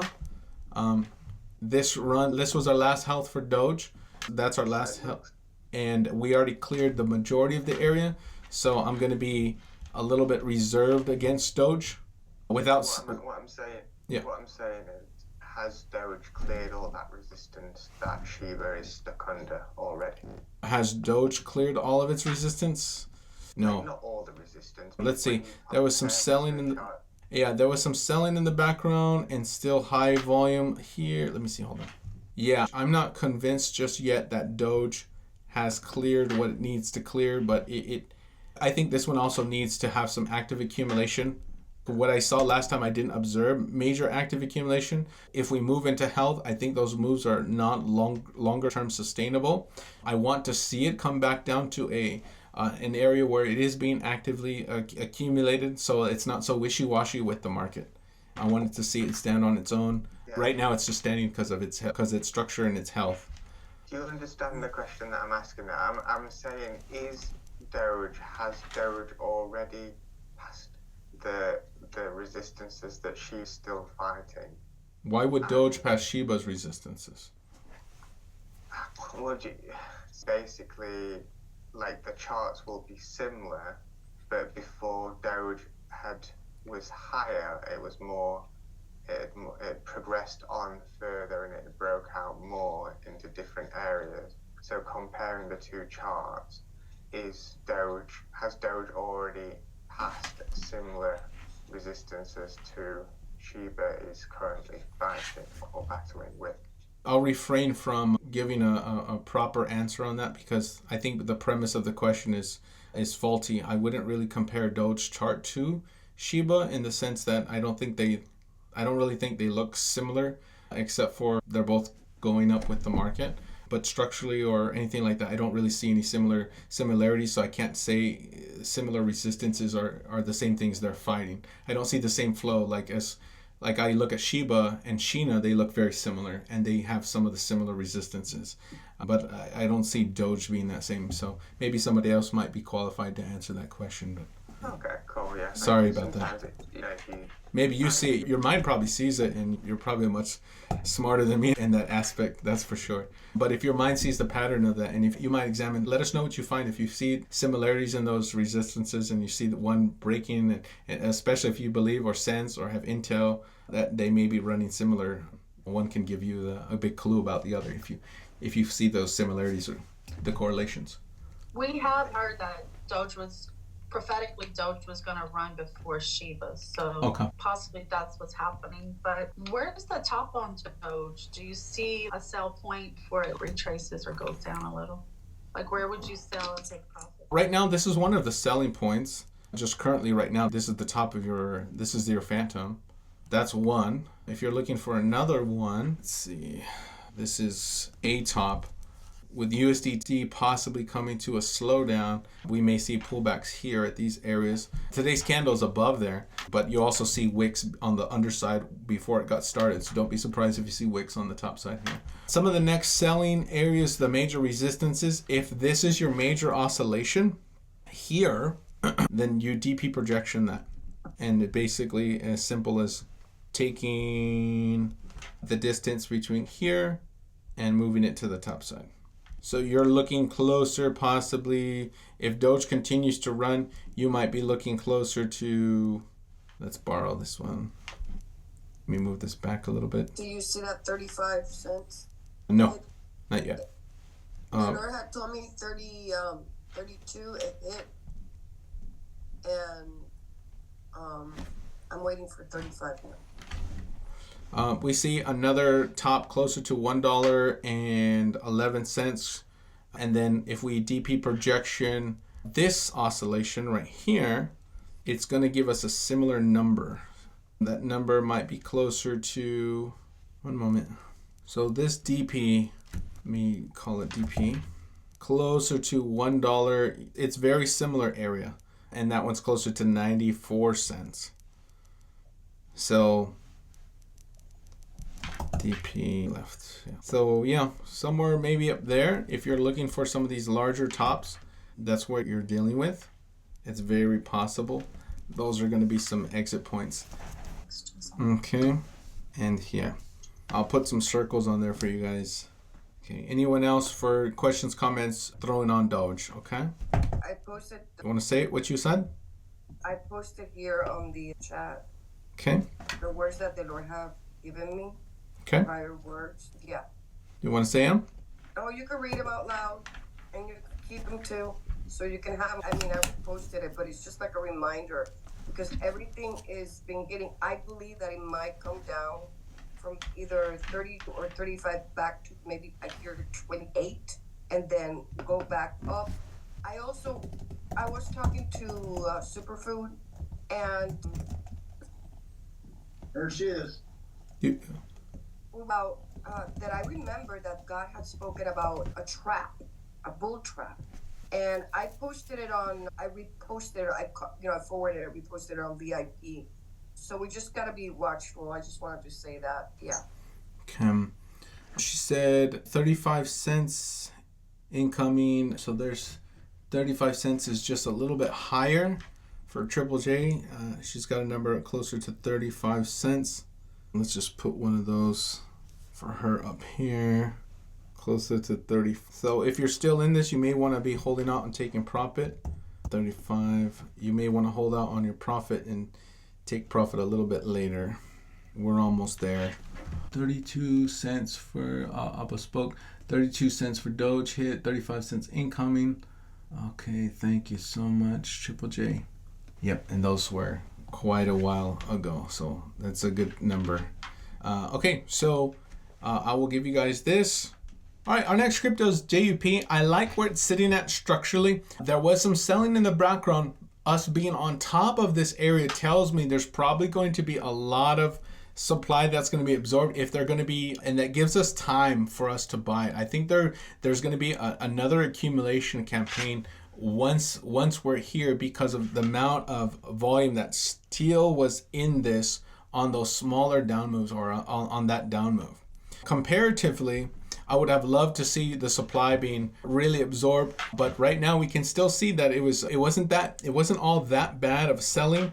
So it wasn't the end of the world type of selling. It's not that heavy, but I do see the buying was definitely coming in strong. Okay, so the buying was the definitely clear winners. There was heavy buying, and then lack of interest. There was a supply absorption, and then there was some selling that was happening here, and then we come up higher, and there's the selling that's just a little bit slightly below that area, and then all of a sudden we break up on top of this area. So I'm going to say to myself that we're probably going to need to clear out some of that supply before going up. I think that's going to be some of the case. I think there's still some retail that is really going to be interested in taking profit at our next resistances. Otherwise, I'm going to still be bullish this crypto, because based on just the fact that we're breaking above here in a bullish market, in an uptrend with active accumulation, those are good enough reasons for me. We may not go straight up in the air yet, but I think it gives me time to get into a good position. And so I'm going to buy some JUP. I like some JUP. I like this uptrend. When I wrote about it back in November 2nd, I wrote this: I am bullish JUP long term. However, I would like lower prices to buy this closer to 76 cents. Currently, we're at $1.21. If the market is bullish as a whole, price may not come back down towards the 66 cent area. I'd also like to buy this with more safety after price has broken that 112 area, and so now we have broken that 112 area. So that's where I wanted to buy it at. Leveled off parabolic multi-touch flat step up, and that is this. So the bottom is flat, right? this is the bottom, and our top energy center is here, so that means there should be resistance here, and maybe that's where some of that extra volume came out, because that's going to be the retail market who is purchasing here and not so much the professionals. They're going to be swamping the market. But once we have enough juice to clear it, that's a good thing, because it's not just this oscillation, but it's also the larger oscillation as a whole. Okay, so I think this is in a good position, and if it's in an uptrend, that gives us lots of positive dynamic room and range for growth. And right now, the money that's potentially on the table, more closer to the higher end of that spectrum, is closer to 115%, and that I'm on board for that, right? So I think that this is going to be the same exact analysis I said last time, but right now we're in that position. So if you guys are looking for something more, I should say, longer term bullish, this is going to be probably going to be Jupe, and I want to make sure you guys are being aware of that one. Any other questions? Jupe. Taking the distance of that oscillation gives me DP projection closer to 177, so we may get some resistance closer to 177 as well up there. Make sure I put that on there. Okay, yeah? No? Okay. Can you get a better shot to show the prices of the sword cut? Because I think it was being blocked. Let's see. This sword cut is probably that one. That one can be deleted. On that blue line, didn't you have it at one something? Yeah, here's that. Let me get you that price a little bit higher. For some reason I thought it was orange, but I guess it's the blue flat. Blue flat.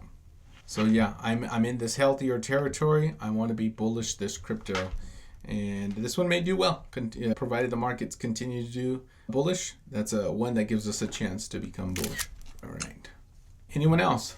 All right, let's go to Volt. Oh, so here's, okay, our lower weakness was here. Our lower health closer to this flat, the multi-touch flat. The next health past this resistance in this territory here was this health here. And you can see we were in there for several days coming into this healthy territory. So we're looking for prices to build positively in these times in structures, and we did. The resistance we're still looking for was closer to this number right there, the 1, 2, 3, 4, 5, 6 zeros, 3, 8. And we're still right there struggling. If you pull up the 2-day chart, it might show up a little bit more clearly.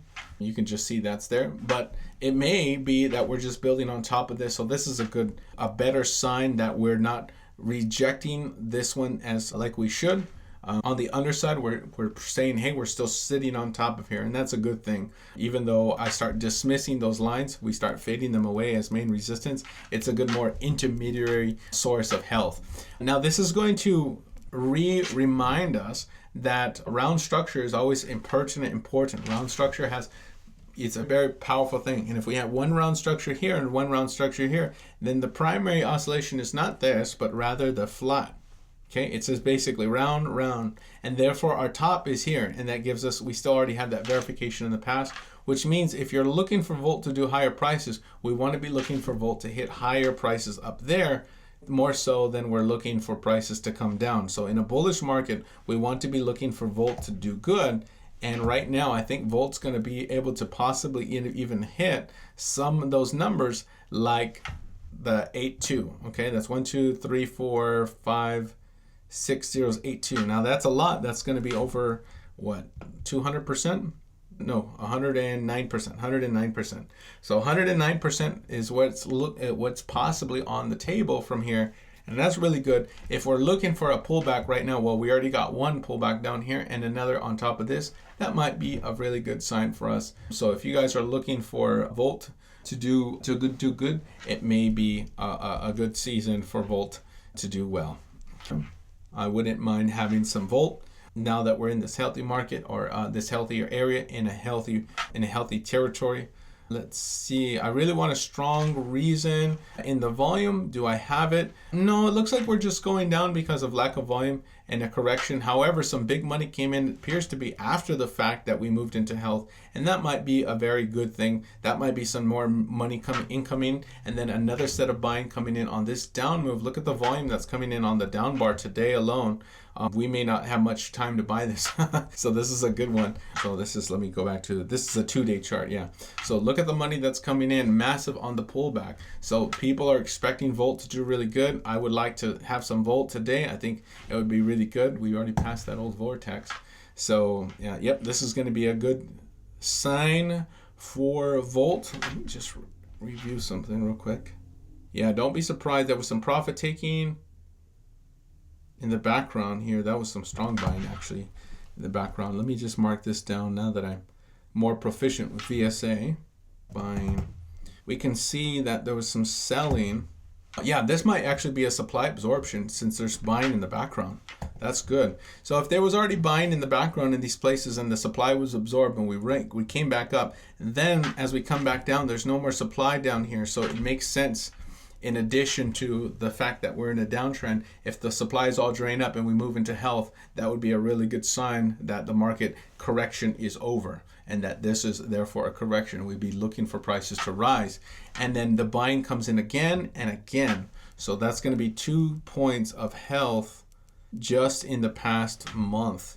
So that's actually a really good thing. One here and one today. So that's actually a really good thing. So let me clear up some of these circles we don't need at the moment. Move these off to the side for right now. There's a lower target here. We're just going to stretch that out for the future if we need it. All right, that's actually a real good thing. Let me see if I can clear up some of these chart numbers real quick. I'm going to use some of the biggest oscillations. We may get some slowdown at 5.3. I'm not expecting big slowdown there. Ooh, this is a good one. I like it. I don't think I read the VSA last time I was here. So do you see it running? It's very possible it will because it's an active accumulation. So, yep. So from a chart perspective, that's all I saw. But reading it from VSA, there's strength, not just health here, but there's actually strength coming in, and therefore we may actually see some real high prices. I think this is a good pullback, and this is going to be some good prices. So if you didn't get any last good prices at the last health from the map, then this is probably going to be one of the next, closer to the next best prices you want to get. Today's prices. I think this is going to be, yeah. Okay. Let me put this in my notes here so I remember. Okay. Last healthy area after the breakout from the downtrend was closer to October 24th. After re-examining this chart using VSA, I can see buying coming into this crypto in August 2023 and again directly after the breakout this month in November. This is November, October, yeah, in this breakout this season. Okay. I also see more possible buying happening today.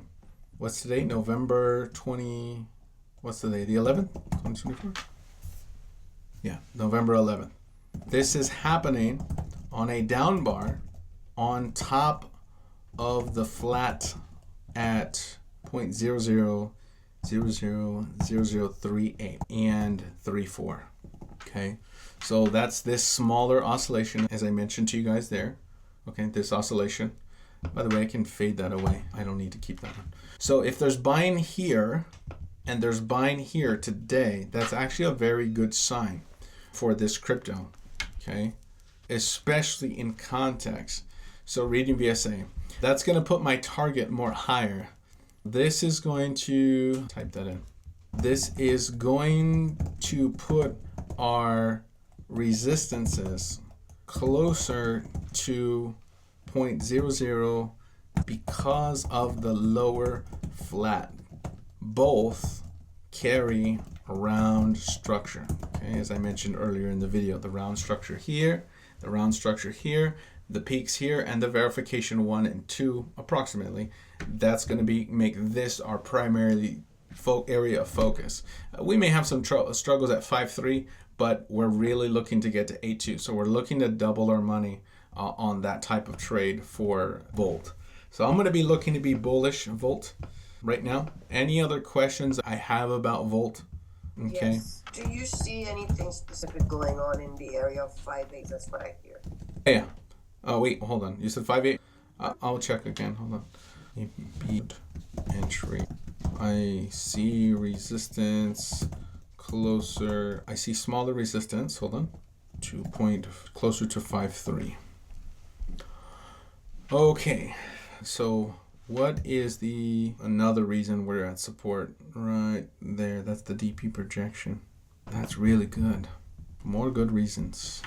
Okay, let me shorten that up. Okay, so you're asking about... There's something about hitting 5.8, 5.9. Would that be the next push up? Any strain? Oh, that's something. Not good. Hold on. This may slow things down. Look at the curvature here. This is not straight, right? So we're going to account for that. What if we, if we're trying to account for that, we're going to need to curve this. And if we curve this, is going to give us some resistance here. That might get in the way. That may make this a little bit of a decision thing. Let me draw this accurately. That curve. Sorry guys, I don't mean to. We're examining these charts live, right? That might have explained why we got so much resistance already. That might be something where there's that. Go to a smaller time frame. Oh, but we already got a push above there. Okay, yeah, I'm not so concerned about that one because we already got a break above there. So I'm not so concerned about that. Not as concerned. But where is the 5859? Oh, I may even have a higher number for SHIBA. For Volt. I believe he's going to lose the 0. There's a 0 that gets lost right there. I think that's why he's saying, because I hear watch for 58, 59. And he told us a while back that it would gain a 0, lose a 0. I don't know if in other platforms gained a 0, but in Phoenix it did. Triple J, I don't have a 58, 59 at the moment, but I'll be on the lookout in the future for it. So you see losing a 0 then? Yeah. And the phantom up here too, by the way, is the same. So it's and I'm gonna dare say it, regardless what happens with BTC. Regardless of because Nordy's reminding me of the cartoon that he gave me a vision of the dog inhaling strong air and then puffing it out, which I believe obviously is the Holy Spirit, that God is pushing it out. It's a God thing. This has nothing to, even though it's the act of people that they buy it and in the market, but it's all God making it happen. Upper phantom, it's in a very much aligned with that. It's very likely we're gonna hit 1, 2, 3, 4, 5 zeros, 1, 2. So if we hit these numbers before we go down from here, we actually may be making 200 or it's possible that there'll be a 200% money that's on the table for this one. So that's not bad. I hope we can do that. 243% approximately would be really good. I hope you guys are successful if we can do it. So if you see the word of the Lord that he gave you, I posted it here in the messages, and it says that Volt will be in stages and it will go up 1,000%. Wow. Okay. It'll be in stages, but it's going to happen. Hold on to your pants. Good. Well, let's hold on to our pants. This might be the start of that. This might be the very start of that. So I'll leave that right there. Okay. Anyone have any other questions? Volt. Questions, comments? Thank you so much, Jay. Thank you, guys. I'm holding on to my pants, so that's all I can do. Yes, Daddy. And my underwear. How's that? Daddy holding his pants. I bought a belt. You guys know where those? I use the belt to twirl it in the air. Okay, Dogelonmars. So many cryptos. So that one, yeah. So it looks like that's where we're at. Hey, that's a pretty good structure. It looks like we did one before. Yeah, it looks like the same map. I did one back in 2023, or back in 2022, but it was a small map. Mostly based on that area way back there. Okay, let's adjust all of this. We got some new stuff going on, new curvatures. It's been years. I watched her breakout back then. We didn't get that strong breakout. This is a pretty easy curvature on the bottom for this one. I'm just gonna draw that, and then I'm gonna look at the volume real quick. The foundational area gives us a big clue about what's about to happen. Okay, this is gonna rate these cores are gonna point that we need to be focused on the wick side rather than just the core side, but rather those wicks. So that's gonna help us get the more of a correct curvature. And then we can verify that just by bringing it down to the lower energy centers, and they're going to be along this curvature. Okay, because of this, I might be more inclined to believe the breakout is actually still coming. Okay, this is nice, and that's a smaller health, and that's the territory, and that's great. But the next resistance and health needs to be actually above here, so you actually might be right on time. So anybody who might have missed this, you still may actually be able to jump on the bandwagon, possibly. I need to review this. What is the volume showing? Either there's a lot of selling or heavy supply closer to this top here. And that would make sense if we experience some stuff here. I don't know if they're going to challenge it right now because of that heavy supply, but getting up here, seeing what the volume is, if they see that the volume is low, don't be surprised if we get 1 or 2 days of pullback and then they try it again, because the volume is very much lower, even though we're very close to this VZB. So that's this volume yesterday. Was it yesterday? No, it needs to be today.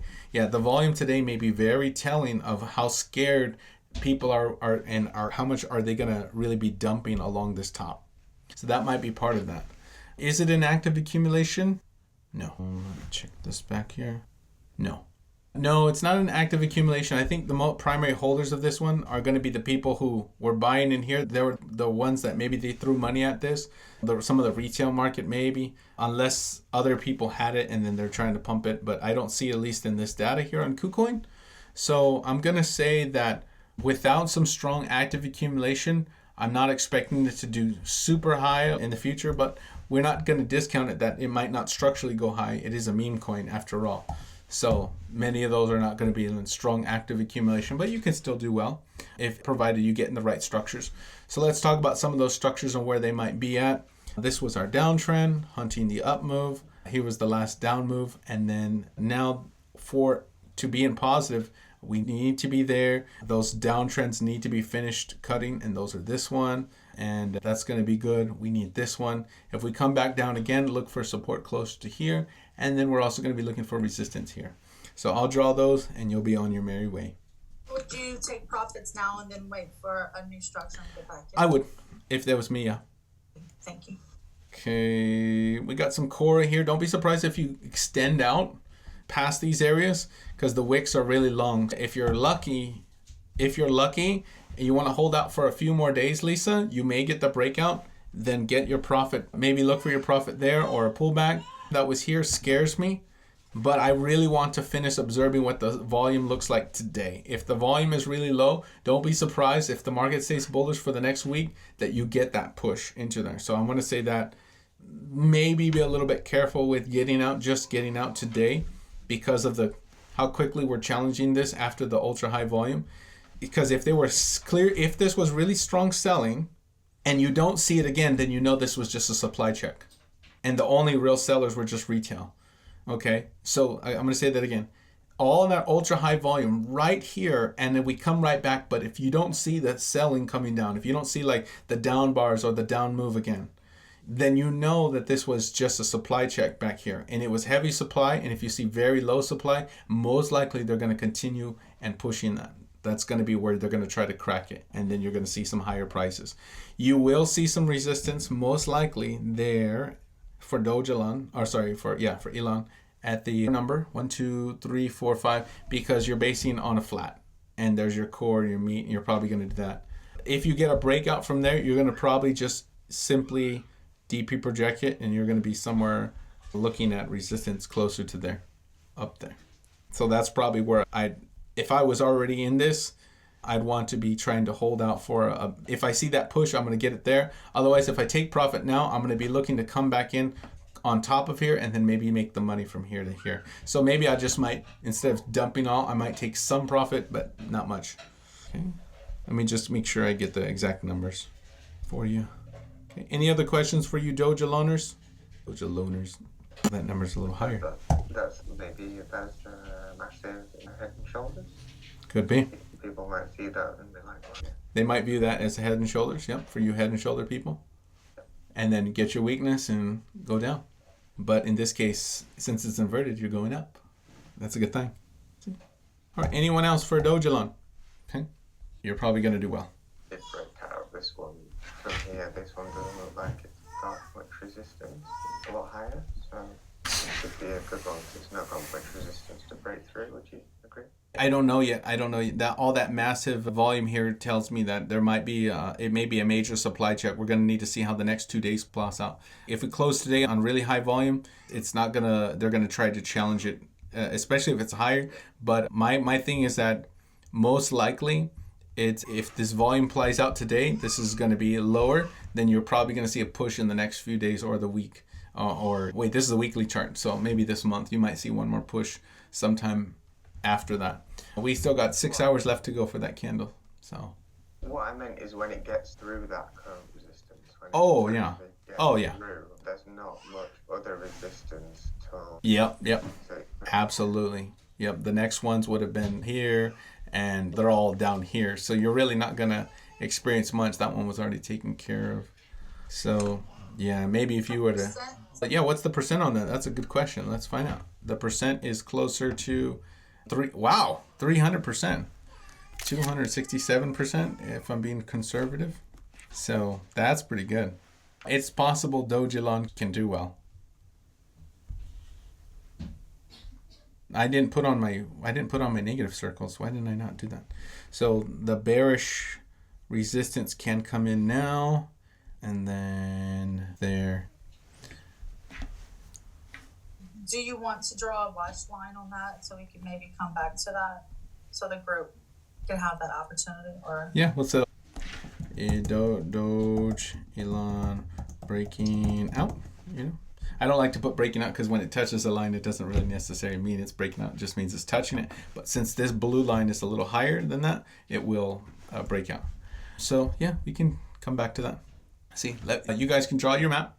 Set your alert if you're going to put a little flat alert. But for me, I think that I want to wait until I get a breakout because I'd be just chasing the candle at this point, and it's dangerous for me. But if I already had it, I would probably want to take some profit, and then maybe I'll enter a position after we get above the yellow. Maybe we're going to hit that blue, come back down. If I see high volume on the down bar after that, oh man, it's on. I'm going to be looking to take profit up there and in the future if we can. Okay. All right, we got one more. PLTR. Let's take a look. Okay, our old map, we had some good breakouts out of that oscillation to the downside, closer back when we were back at 85 cents. Consolidation, that was, what was that? Back in May of 2023. We did this one around January 2nd of 2023. It's been doing good ever since. Back then, I guess that was the structure we were looking for at that time. So that was hit. We hit that consolidation 1, 2. We hit it a third time to the top side, and then we found support in the actual consolidation, then building on top of that area. So that's actually good. And some of that consolidation was back in those areas. So that's nice. As far as now goes, what are we actually looking at now that we're here? We got some nice curvature, so let's see if we can expound on some of these kinds of things that we have done. So let's clear this. Okay. Let's look and see if we can see some signs of continuation.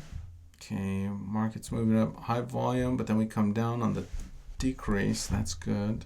Ultra high volume candles here with small spreads, but nothing to show from because the spreads open up and they start getting bigger again, and we don't have any down moves, so the market's moving up most likely in harmony, and that's a good thing.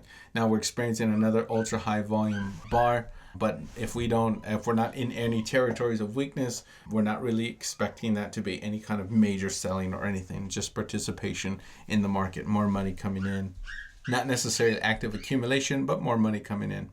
Okay, this should have been the area where there should have been some more buying that came in if there was. Let me see if it's an active accumulation real quick, Jeff. Okay, the structure's great. That's that foundational area that we talk about all the time. When you talk about going down, you have to look all the way to the beginning. How did it start? Was there any clues to the curvature? Because it could tell you where possible resistance is or the next health. So when you see that price break above and it starts building on top of those old resistances, especially if they're your foundational key angle, that's a dead giveaway that you're in a strong position. That's generally a healthy place.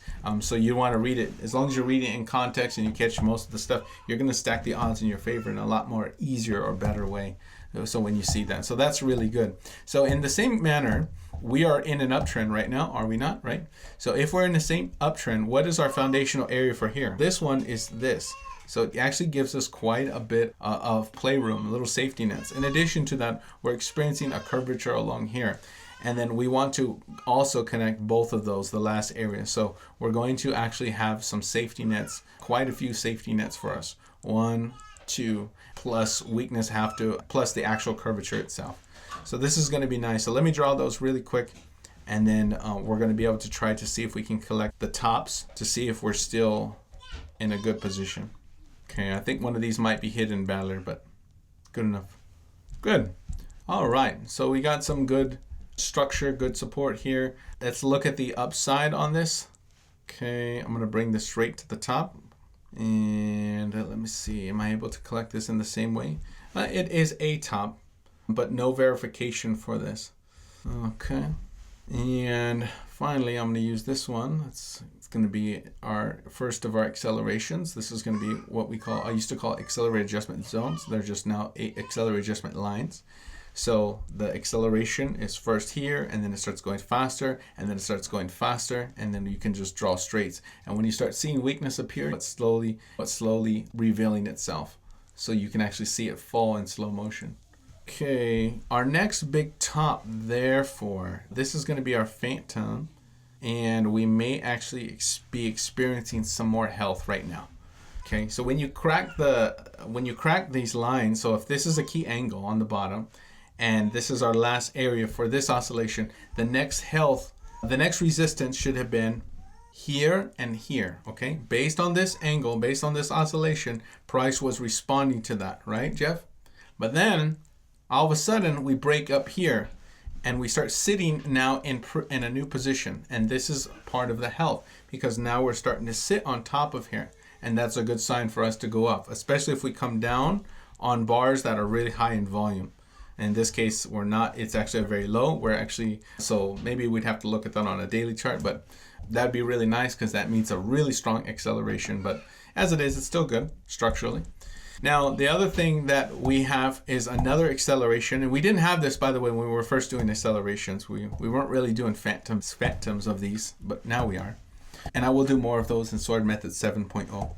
But when we're doing the next acceleration based on this area, if this is a hidden balance, I probably want to adjust that a little bit more. Yeah, I want to adjust it a little more. Once we have the next big curvature and our next acceleration, we can also do the same, and then therefore we can extract some tops and more support. So when you see them, Jeff, you'll know that price is primarily responding to those. So at the moment, you're at one right now. So I would say if you're going to buy, you probably want to be a little careful or cautious because we may be buying at the top and more likely we're going to experience a pullback. However, if price is able to break above those areas, you may want to stay in or buy some if you're considering buying. But generally, I don't like buying an uptrend. I like to buy at a pullback in an uptrend. I shouldn't say buying at an uptrend.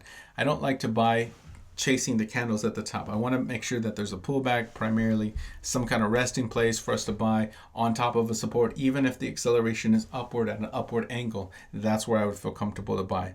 But the next buy is going to be above 62, and right now it's most likely you're probably going to slow down a little bit, but that's where I have you at right now, and I'll give you some of these support prices and I'll show you the weaknesses. 44, 32, and 19.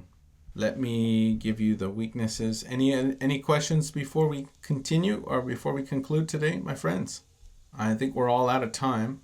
I'll be back on Wednesday. We will continue putting our filming on hold so we can do more cryptos, because I know you guys have lots of cryptos you're asking for this season. JSong, could I ask you? Could you let us know where you think Bitcoin's going to go today? Because it seems to not want to stop pumping. I didn't do another reassessment of the Bitcoin after this area, so I don't have the next number for Bitcoin. I need to spend some time doing it. It's going to take a little bit of time. From what I remember, PTC, I have 3 maps of them, but I need to coordinate all 3 of my maps just so I make sure I'm in the right area. So like I have larger numbers, but I need to redo a reassessment of the next big targets. I'm not going to be super bullish. I really think that price is going to cool off just a little bit over the next few days. I want to be really careful saying, oh yeah, this is the top, without giving you a full thorough thought of all of that. This number comes up higher. Let me see, I got some numbers up in the sky closer to, what was it, 10 right now, somewhere I have. Let me see, there's one here. I'll just throw some numbers off the top of my map just so you guys can maybe have that. I don't want to take a screenshot of it yet. You guys are live watching this. The next one is, let's see, I got one on Bitstamp. I think I had one here, Thundercut at 98. I had an old Thundercut at 98. That's good. I'll probably add that on my main map. Okay, this is your next health.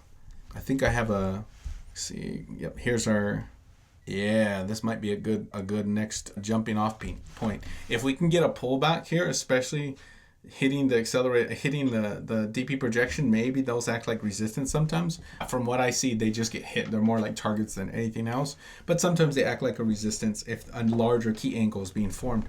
But I can say that if we do get a pullback, I'm going to be looking for a pullback closer to 74. If I get a 74, I'm probably going to become more bullish. Again, in addition to what the dream that the Lord gave me to be a little bit more bullish. So I'm not really scared of the the USDT.D. And with that said, I will take that screenshot. With that said, remember guys, when I'm navigating Bitcoin, I'm almost never looking at Bitcoin. I have the map, but I almost don't look at it. You watch the USDT.D chart because it gives me the most of what I need to know. Side by side, it tells me what I need, primarily what I need to know. That chart is coming up to a support. I'm not saying price is going to reverse hard or anything, especially with the dream that I have. I think that the Lord wants me to be more bullish and less paying attention to this one. But if you see us get a reprieve, like just a break in the acceleration, it's coming up, and it's coming up fast. Okay, it's coming up, and it's coming up fast. You guys might be at there a lot sooner than you think, maybe even today. Okay, if you see prices jump to more higher numbers, there you go. Okay. So, yeah. So nobody be surprised when you get some higher numbers. We're really looking to clear that territory. Anyone else? Anyone else? We can hit 3.35 this month by November, end of November. Praise God.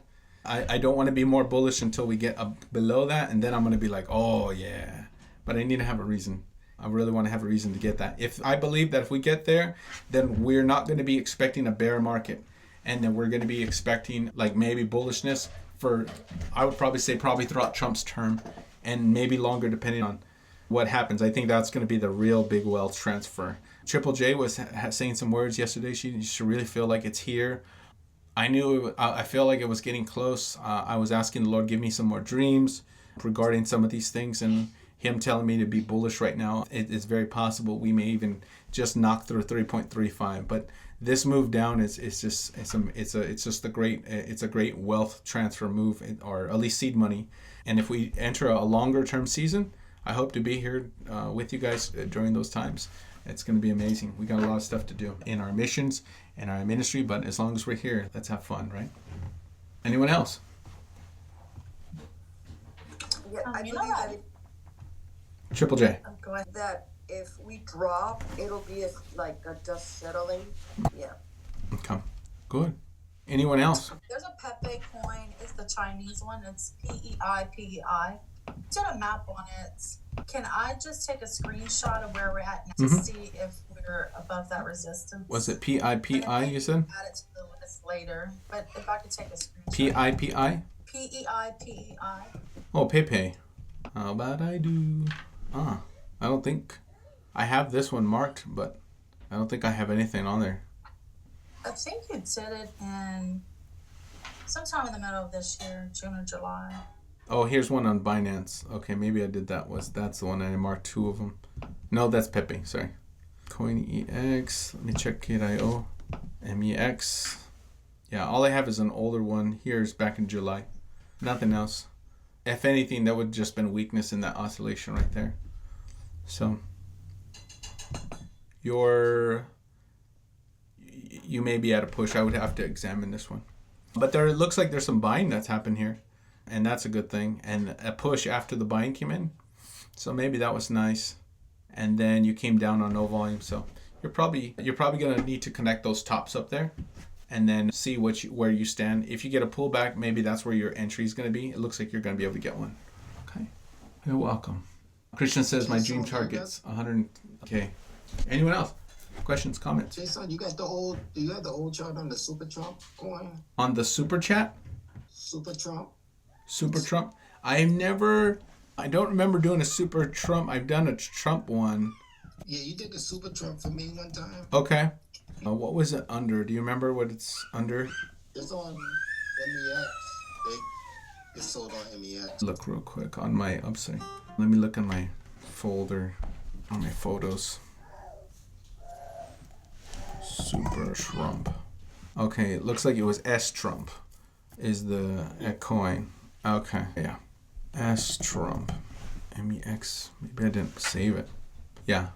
Yeah, it looks like that's interesting. It's in a scary spot being underneath here, and you're just sitting right underneath that resistance, so you're going to need to be a little careful with that one. The ultra high volume on the down bar suggests that it may be buying happen here. I want to look at the dates. These ones are going to be a little bit challenging because they're more tied to the political landscape, Lamont, so you're going to have to be a little bit more cautious with these ones. But you got a nice curvature here, so if you can get in there, you might have a chance.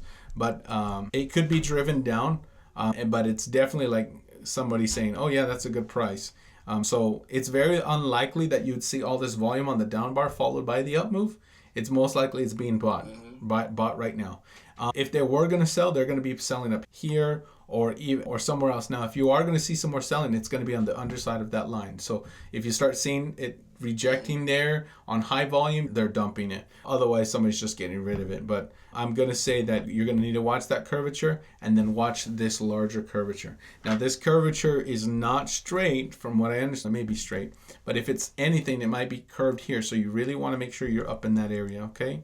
All right. That little line up top, like you're projecting maybe that up there, the little T you got up top. Where? Like that right there, maybe it might go up there. No. If you were going to break out of this, then you're going to take this entire oscillation there and you're going to duplicate it up and you're going to expect a higher price. That number is going to be up closer to there. Yeah, so you'd be looking at maybe 2 cents, 23 cents. Oh, sorry, 0.23 cents if you did. But you got a lot of work just to get up there. You need to be in there. Okay, so have fun drawing that one and then take your trade in its stride, okay? Okay, yeah, I'll take a screenshot. Sounds like I need to take some profits now, huh? Possibly on this coin. Just because Trump is doing good doesn't mean the stock will be, because there's a lot of Trump stocks, right? So you want to look at those together. So yeah, something like that. Thank you. Yeah. Okay. Hey Jay, before you go, yep. Do you want to talk a little bit about the word of God that he gave me yesterday about the camels? Yeah. So we were going to be posting the after service fellowship, and we're going to be posted on the podcast. So you guys will be able to listen in. Just briefly, Triple J was speaking a lot about the camels, and she was talking about the 3 stages of the camels giving birth and what she really believes. She feels like the wealth transfer is here. So I encourage you guys to listen to it. It's going to be posted later today, probably by this evening, so you guys get a chance to listen to it. We'll be back as well on Wednesday for more chart room requests. So if you guys have requests, submit them in Dive. Melody will get them and she'll put them on our and then and start going through that list of cryptos. We got a lot of ground to cover during these days. Praise God. Hope you guys are doing well. Take some profits on certain cryptos that may be at some of these tops, or at least a little bit, lick your ice cream a little bit. As I always say, if you're at a top, If you have reasons to believe that you're going up, you may want to hold out, risk it for the biscuit. I do know, just remember that the Lord told me I need to be more bullish this season. And I believe that the Lord was speaking to me because that's what I received in my dream. There's going to be a time when we're going to need to just rest and reprieve and go home, but we'll take it in its stride. So until then, I'm just going to present the data, both sides, try to be unbiased as possible, but presenting most of the facts and letting the chips fall where they may. Okay. Listen to Triple J's word on that today during the after class conversation. In addition, House shares a dream. A few people share a dream, and we have some great conversation. It's about a half an hour. If you guys want to just play it while you're at work or in your evening time, we hope to come in. But yeah, any other thoughts you want to share, Triple J, apart from that? That it just explains how it's in stages. Because when sometimes God gives us an animal, He compares it to an animal. God tells you, hey, look at his character. Everything happens, and that's what he's doing. He gave me that word, and he's explaining so we can have a little bit better understanding how it's going to come in and how were the birth pains and what is the process, and to put us at ease. Good. Please check it out. It'll be available. I appreciate everybody. If you guys didn't listen to the WordRoom message yesterday, confidently wrong. It's a great message. I hope you guys enjoyed that message. I had fun preaching it and sharing the word of God with you guys. Father, thank you so much for this day. I thank you, Lord, with or without a wealth transfer. I thank you, Lord, and I pray that you would give us strength against the spirit of greed, as the Bible tells us to guard ourselves against all kinds of greed.